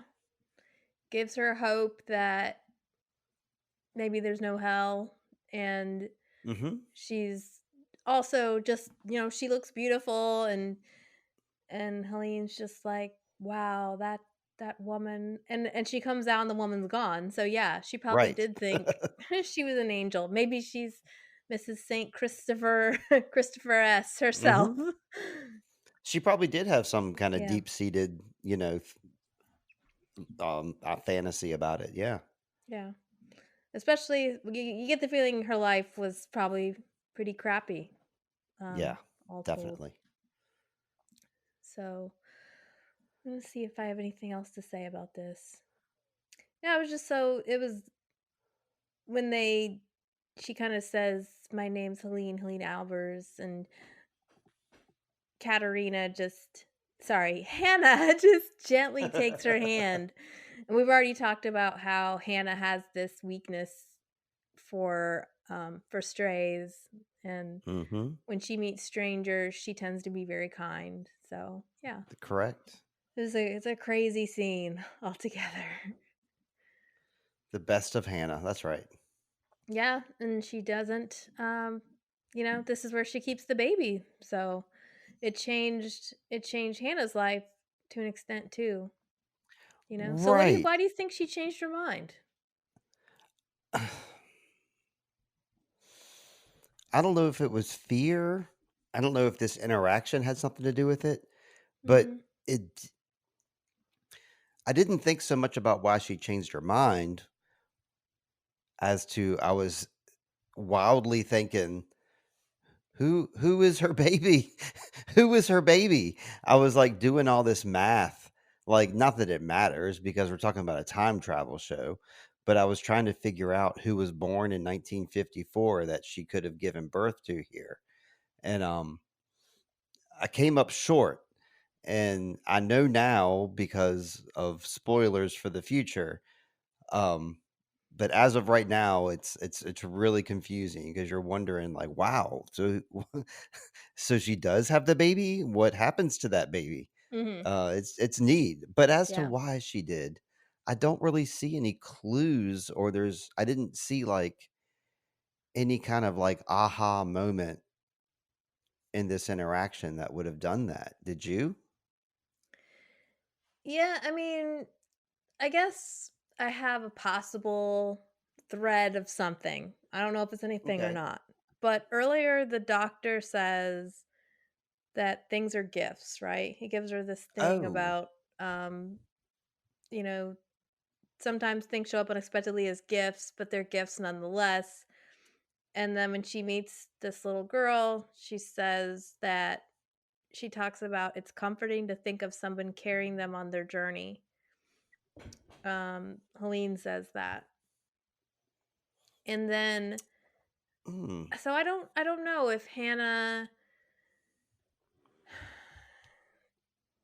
if Hannah takes that to heart somehow, or thinks maybe that this is a gift somehow, and that this girl is in some way her saint too, like Or here to stop her. maybe she has a journey now that she has to go on.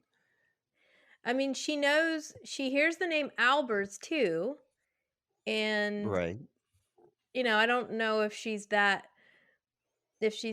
smart to realize, like, oh, you know, she might realize this is Katerina's mother, I'm you sure she know, does because Katerina it Albers.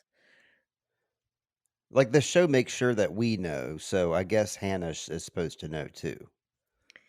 Yeah, like, does she somehow say, like, I don't know, does she know Katerina was abused and thinks maybe I could help this Mm. girl and that will make a difference in someone's life. This is a Hannah that's just freed herself or has seen herself as being freed from the bondage of trying to please men. So maybe she just wants a different, I don't know.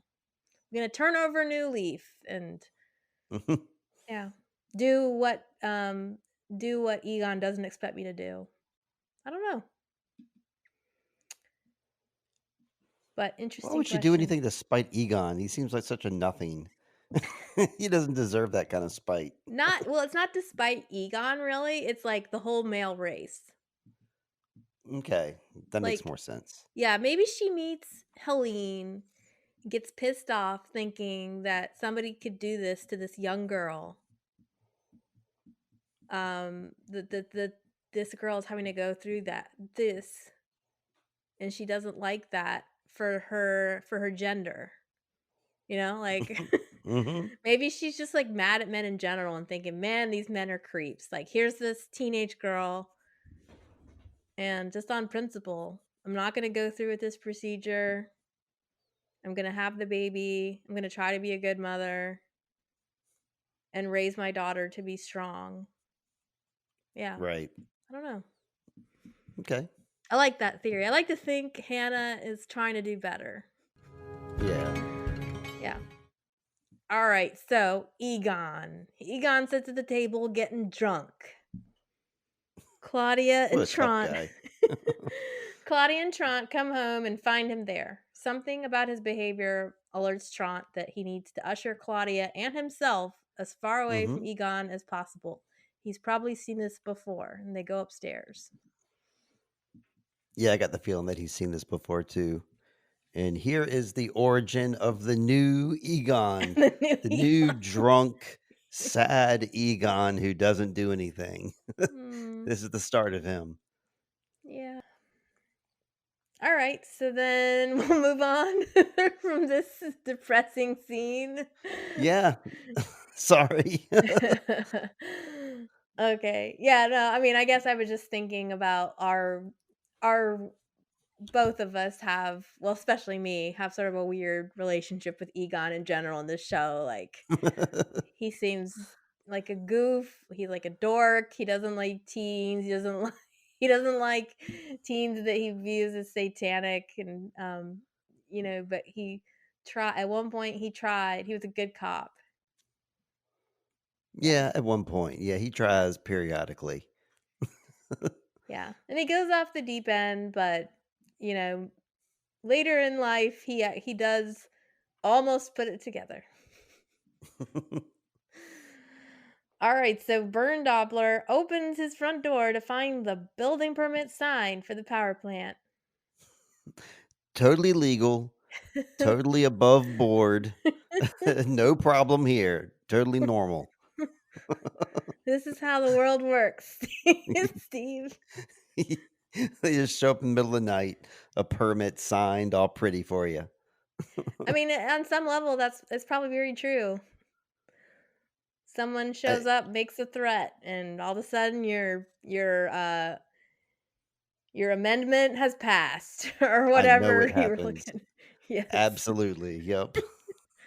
These Dollar Generals are coming from somewhere. They don't just appear out of nowhere. yeah. In $20 General. You have that's like a big problem in rural America, and especially rural Virginia. Like Dollar Generals pop up and they take out all the other like small mom and pop stores because everything you need you can get at a Dollar General. And they just pop up everywhere and they just wipe out every other economy in the area. It's sad. It's you should look into it. We could do a whole podcast about it. The This influx of is Dollar Generals and how it's ruining rural America. Oh, this is reminding me of how, like, Daniel hates Wawa being in Florida. Like, this big old problem with dogs, like, I didn't realize you had so much animosity towards Dollar General. This I will have to new You never podcast, asked. you, me, and Nate, Dollar General, let's go. All right. Okay, in 2053, Adam looks at a picture of the unknown and places it inside his copy of the Sick Mundus Journal. This is a little nice, because he's got the Sigmundus photo in there, and now he's got, like, a Mhm. picture of the unknown. I mean, It's like the yearbook. The dark yeah, yearbook is what this is here. Or she's it's kinda cute. scrapbooking. It's kinda cute. In walks Alt Marta. She wants what he promised her. She's wearing the St. Christopher pendant. He knows she wants to know where the origin is and how to destroy it. She will know eventually. It took him 66 years to realize how it's all connected. It's time for her to know too. Okay, I don't have any notes for that either. Me I'm neither. ready to move on. This is a stupid scene. It's just there to Yep. take up space. We warp to World 2. At the Conwald house, Marta 2 shows Jonas her bedroom. She tells him that when he walked in the door at school, she felt she knew him. Well, you didn't act like it, Marta. You were pretty rude. That's right. He apologizes to her for messing up her life. She asks what she was like in his world. She Hmm. wonders if she was different. Jonas reaches to touch her face. They both get weepy. What? Are you okay, Steve? Choking over there from your tears He of reaches emotion? out to touch her face. It's his face touching Oh again. dear. That's what Okay. I was choking on. Oh. They both get weepy and they kiss deeply and melt into one another. Yeah, worlds colliding here, like Mhm. the wrong world and the other wrong world, and they're Mhm. it's neat. I don't know. This is a very like emo love scene happening here because like they're crying and they're like making out and they're made for each other. Mhm. They get wrapped up in the moment. He never answers her question though. She asks a fantastic question. What was I like in your world? Mm. And all he does is touch her face. He doesn't answer. He doesn't say like, "Oh, you were cool. You were inquisitive. You were an actress." He just touches her face. Yeah. The I end. don't think she was really interested. Oh, but She was into him. They were, like, wanting to get down. They were wanting to do this. They wanted to have this moment together, you know? and like I always it seems like I have like a common thread and common theme like in my dreams, and I kind of like always think like watching this show and people have like these separate worlds and these separate realities. I'm like, are the dreams that they're having like glimpses into like the alternate realities? And in this show, the answer is yes. So I wonder, like, and if my dreams, if I'm taking a glimpse, what I'm seeing in my dream, I'm like, technically, I'm seeing my own thoughts and like, Mhm. reflected back to me. But it's just Yeah. neat to think that like when I have dreams about like dolphins walking around on dry land, it's like that's an alternate reality that actually exists somewhere. So, the adult unknown looks down at the journal. He opens the book, and he's in the Error Lux layer Mhm. on the desk, and the other 2 unknown are just standing there watching him write. He opens the book and begins to write. I am left to die alone, and I am my sole judge. The beginning is the end, and the end is the beginning. He closes the book. It's done. Is it? Is it done? Well, not the episode, but I think that's the end of the Sigmundus journal. Right. Yep, Yeah, and that's it's what I getting meant by ready to that. start getting handed around to Noah to take peeks at later. Yeah. But I think this quote is, "I left to die alone, and I am my sole judge." That's one of the lines Marta says in the Mhm. play The Ariadne play. in season 1. Mhm. I believe it's the one where she's wearing the white robe and has the red string around her waist.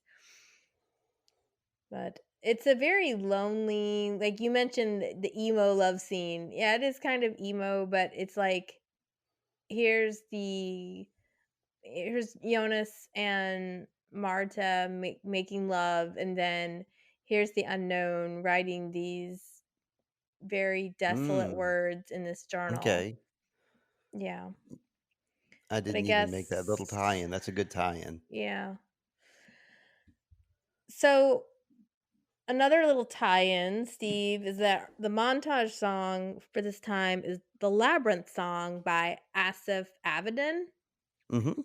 and this musician did also the another song, another, montage song in the show, and it was the other episode where Jonas and Marta have sex in the white dress.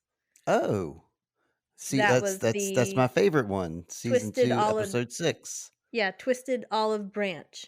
So I think it's Neat. interesting that they have the same person accompany the Jonas and Marta sex scenes are all accompanied by Asif Avidan. I thought that this song, like, listening to the lyrics, I was like, "Oh, this song was written for dark." It Mhm. wasn't. This song was written in, like, 2014. Oh, you looked So, that up? yeah, so this, that just so happens that this song fits in not just thematically and lyrically, but also, like, the mood fits really well with this show. And Mhm. yeah, it obviously wasn't planned because this song predates the show by 3 years. Another interesting thing about the song too is, like, I was thinking, that vocal pattern that he does, do do do do do do do do do do do do do do do do.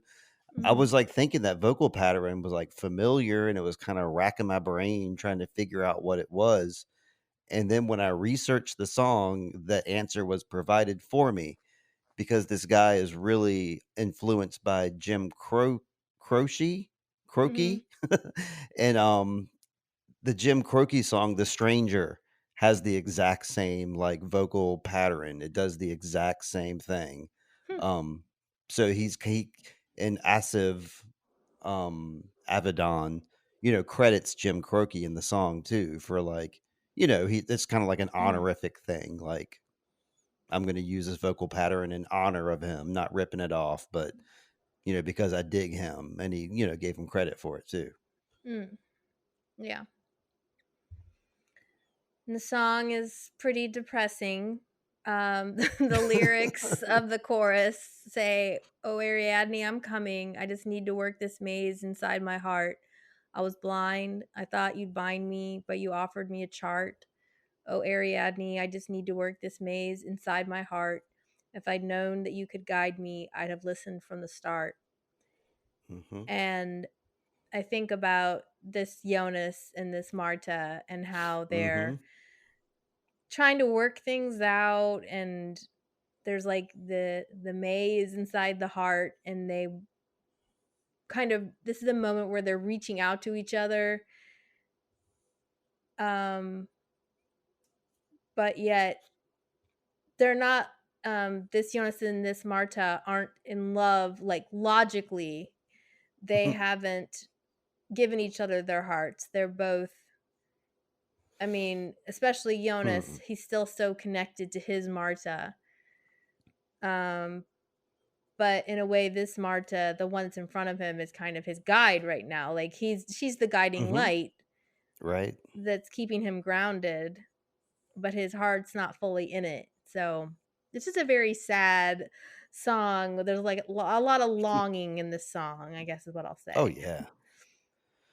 And then, like, the whole Ariadne thing too, the theme, like, just what you were saying, it was making me think about more lines from the play itself.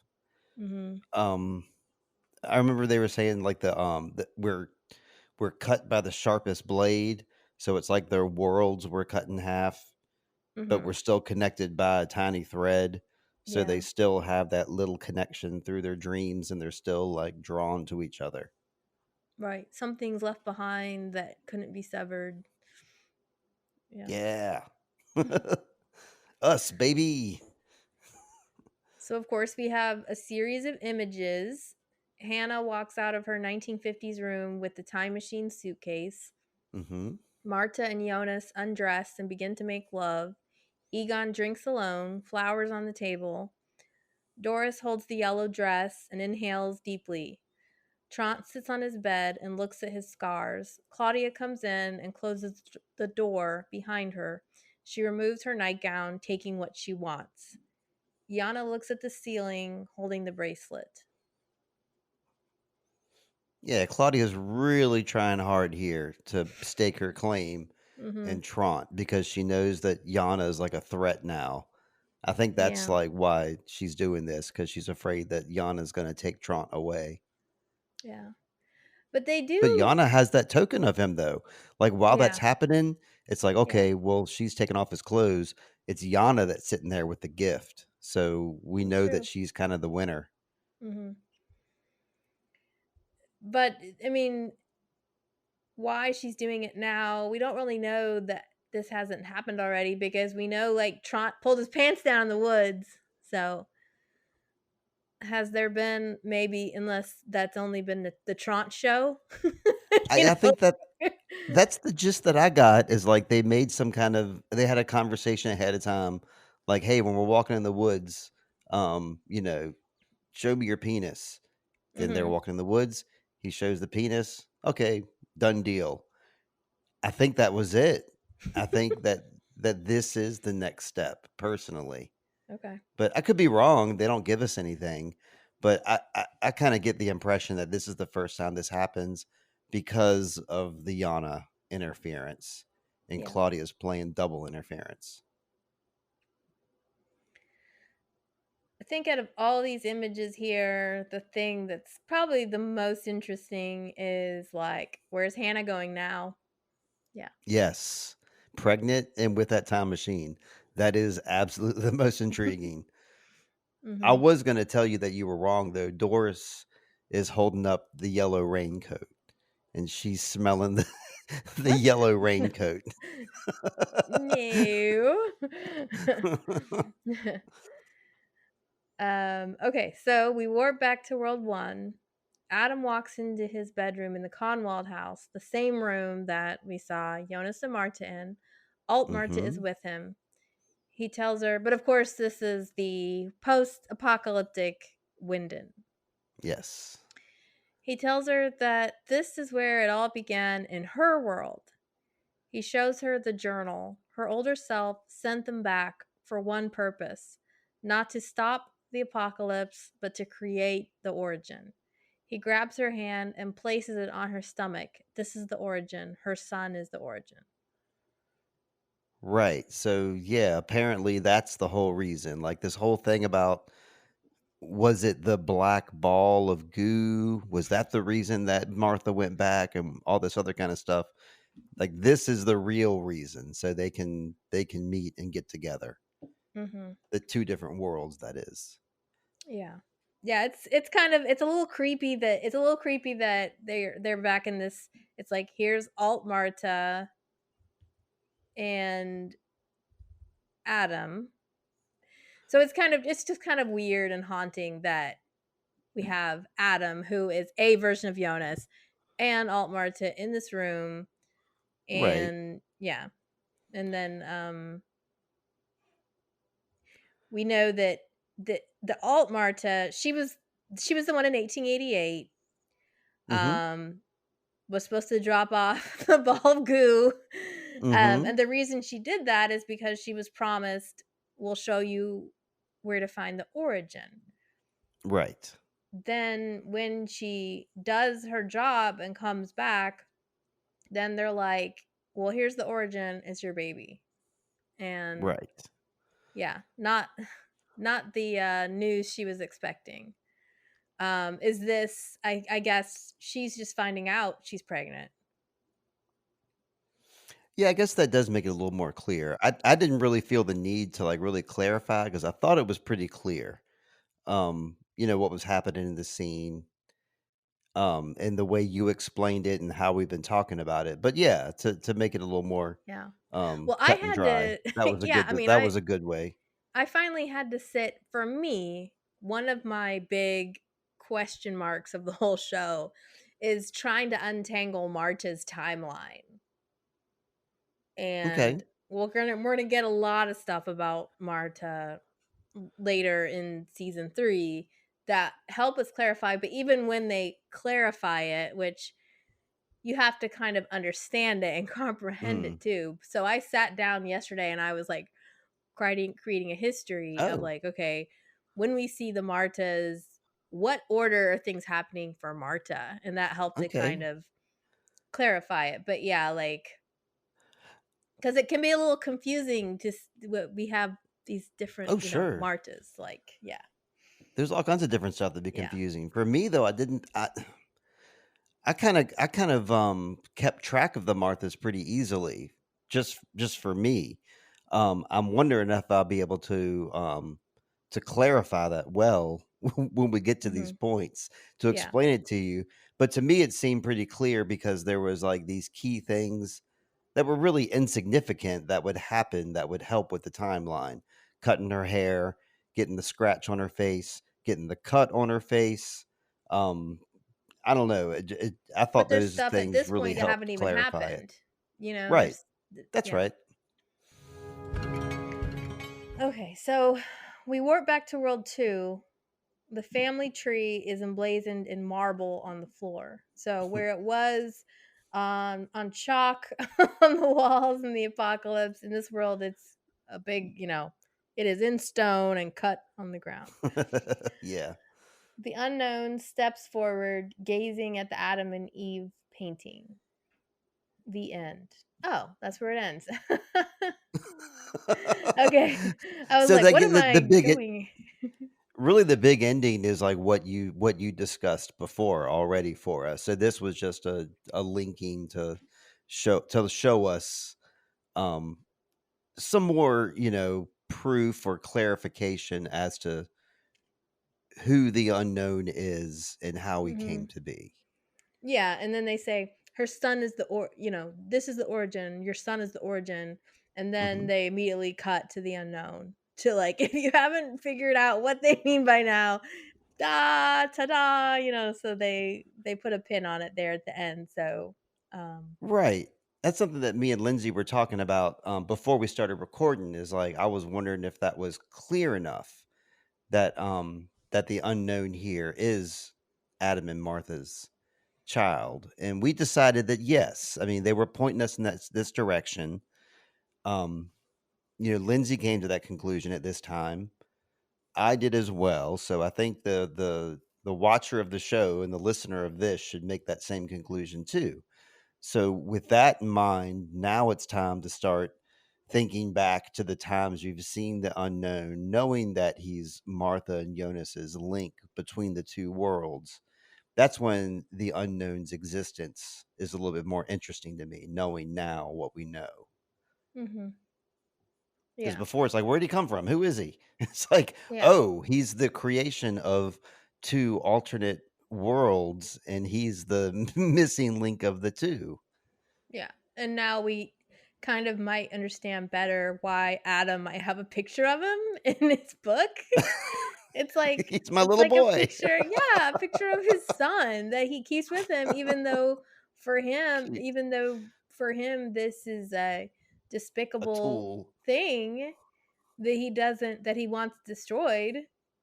He's like, "That's my boy."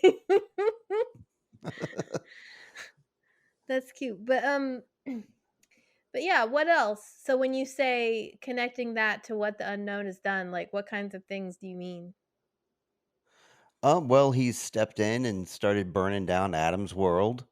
Okay, Um, yeah, so Eva is giving him instructions of things to do.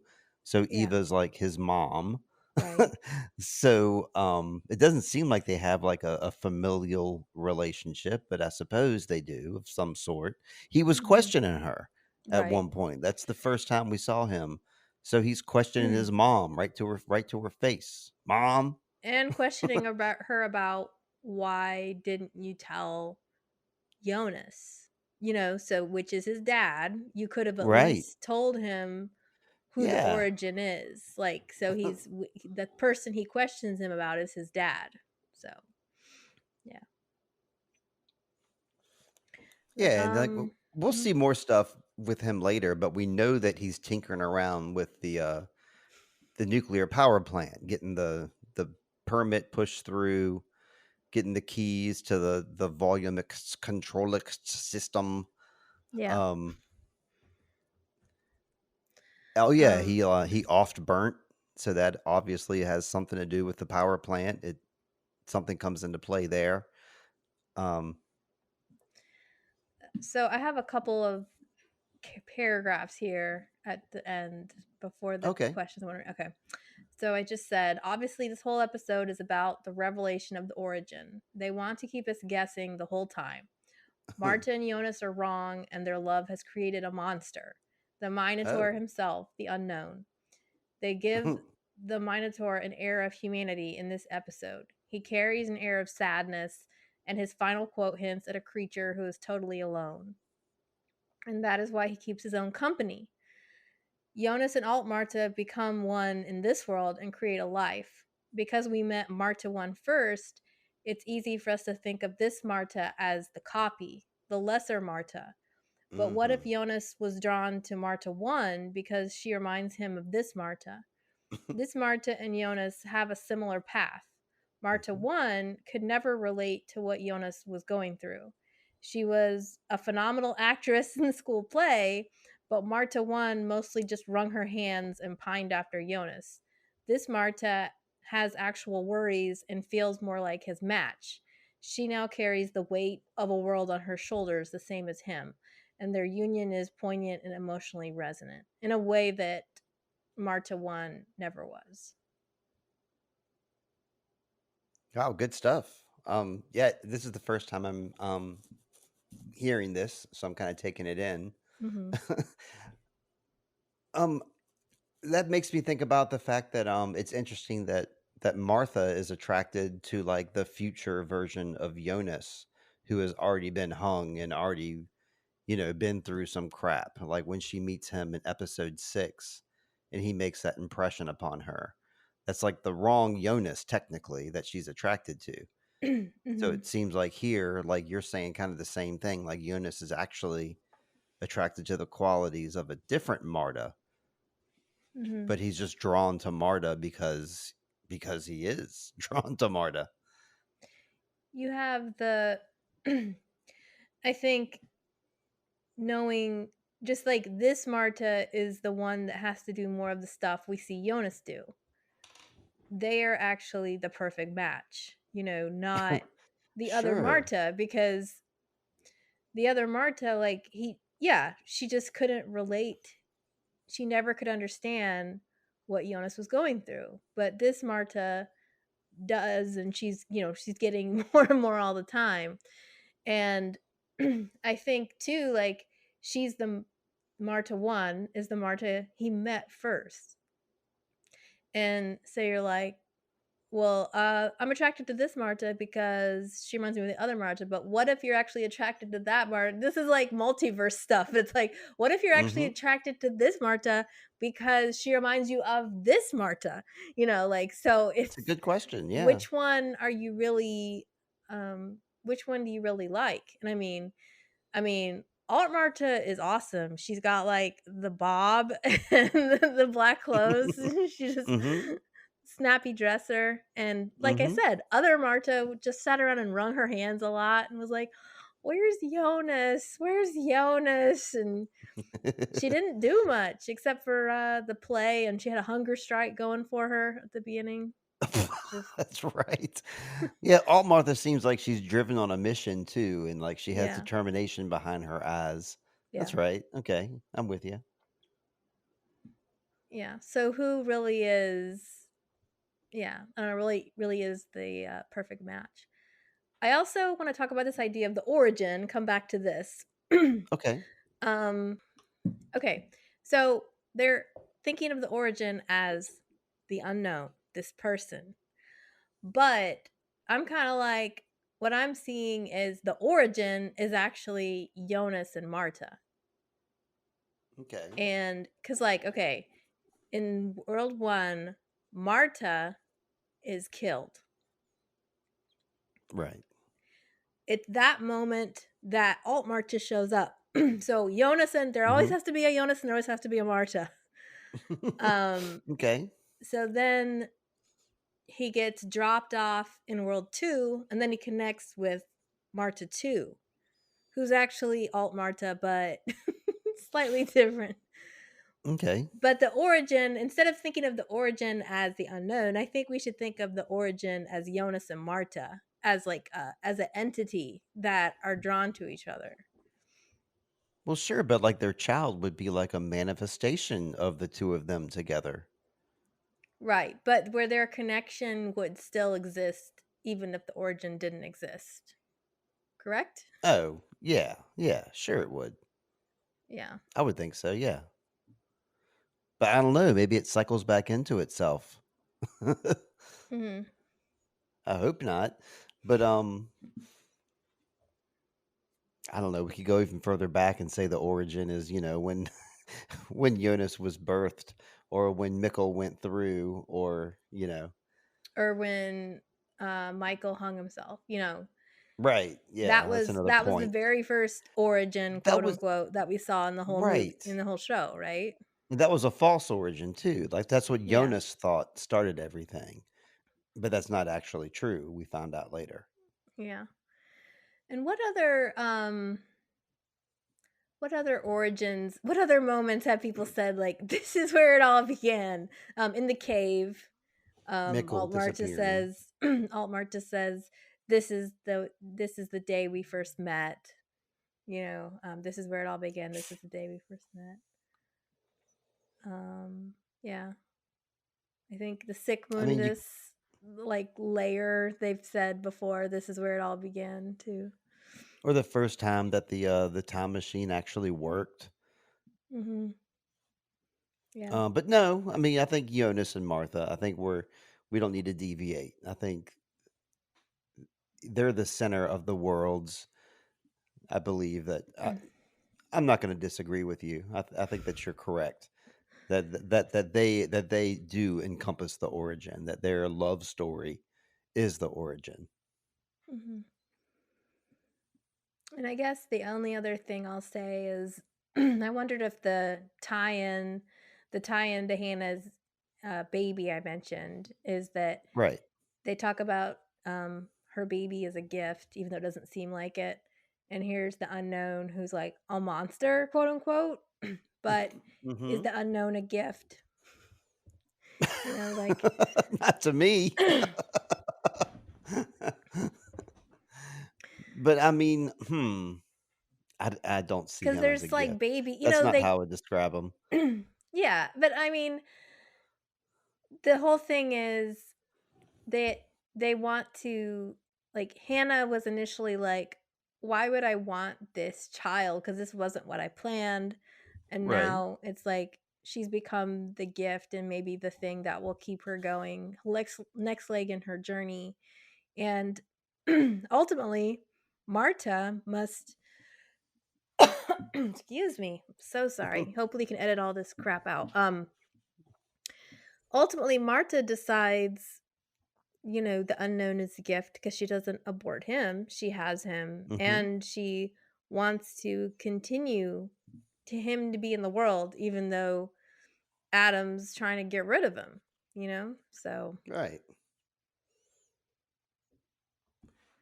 Well, of all these people we got this episode, Lindsay, I'm going to bring us home here if you don't mind. okay.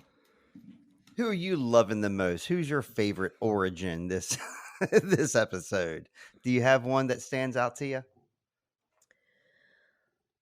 Um, I am going to actually give my favorite character award to the unknown for this episode. Oh, okay. Unknown Yeah, man. Here I'm you gonna go. go I'm gonna go off script. This wasn't a character I ever thought about making my favorite character, but I think he's earned it. And I've actually realized how much I've talked about him this episode too. So I think Hmm. that's what my heart wants, Steve, is to give the unknown the award. The heart wants what the heart wants. He Okay. gives he gives his son advice, gives him a present. Um, he gets that building permit, move forward when nobody else could. Yeah. And he writes really sad words in this journal. If you could give Um, him a name, what name would you give him? If you he could name helps the unknown. Well, wait, let me tell you what else he's done. He helped Okay, Doris, sorry. write her own love story and get and gave her the impetus she needed to move forward with leaving Oh, her that's right. husband. Yeah. Correct. So, yep, give it to the unknown. What would I make his name? Mhm. Let's go with Friedrich. Friedrich, not Frederick, but Friedrich? Friedrich. It's German, like in Sound of Oh, Music. okay, okay. Solid. You had an answer ready, so I like that. That's good. I'm giving it to somebody unexpected this week too. Hmm. Um, Hannah. Like she, is not always the best character. Mhm. Doesn't always have the best intentions, and she even did a couple of weird things this episode too, I might say. But I mean, she did make a huge impression on young Ms. Albers there, Mhm. and despite Egon being just a total weirdo and a total shit, she overcame that. Um, I like her in this time period, like I said, like 800 times. So yeah, I'm leaning towards Hannah. I was thinking Trant maybe. Shout out to Trant. Mhm. Because sitting on the log thinking about life. Um, got two women. I know how that is, Trant. You got to decide between two ladies. But Hannah outshines Trant for sure. When you said unexpected, I almost thought you were gonna give it to Helene, which would have been sweet. I feel sorry for her. I definitely Yeah. my heart goes out to her, but no, not favorite Mhm. territory. How about Yeah. least favorite? Well, speaking of Egon, I think I'm gonna have to give Mm, it to Egon. yeah, Egon, it's not a good look for you to be a jerk to your wife and carry those flowers upside down and then just that's right. drink at the table in front of your daughter and not even say hello to her. You're Yep, being a big pill, Egon. agreed. I mean, it shouts Egon this week, so all for the same reasons. Egon's no good. He's on our shit list, not our bucket list. He's on our shit list. Mhm. Yeah, I don't know if I have any honorable mentions, but yeah. Egon, yeah. The only other person is Heinz for not showing up for work today. That's maybe he was killed. Maybe that's why he didn't show up to work. Behind the scenes killing, like the unknown will do sometimes. We knew you too short of a time, Heinz. Well, man, yeah, this episode was very awesome, and this is gonna like round us up into like, we're now at the back end of Dark, and Mhm. I don't know, I felt like this episode shined a lot more than the last one. I guess just because a lot more interesting things happened, Mhm. and we got some revelations coming at us. Yeah. So yeah, I'm excited to keep going, Lindsay. Thank you for doing it with me as always. You are welcome. Thank you, Steve. I was, yeah, super excited about this episode. Heck yeah. It paid off. We did it. So yeah, I guess I'm gonna get into our plug portion here. Um I will plug your podcast like I love to, Lindsay. One of my stories. I wouldn't be able to, I mean, I would do this podcast if you weren't here, but you're like doing all the heavy lifting here. So I like to give you the honorific.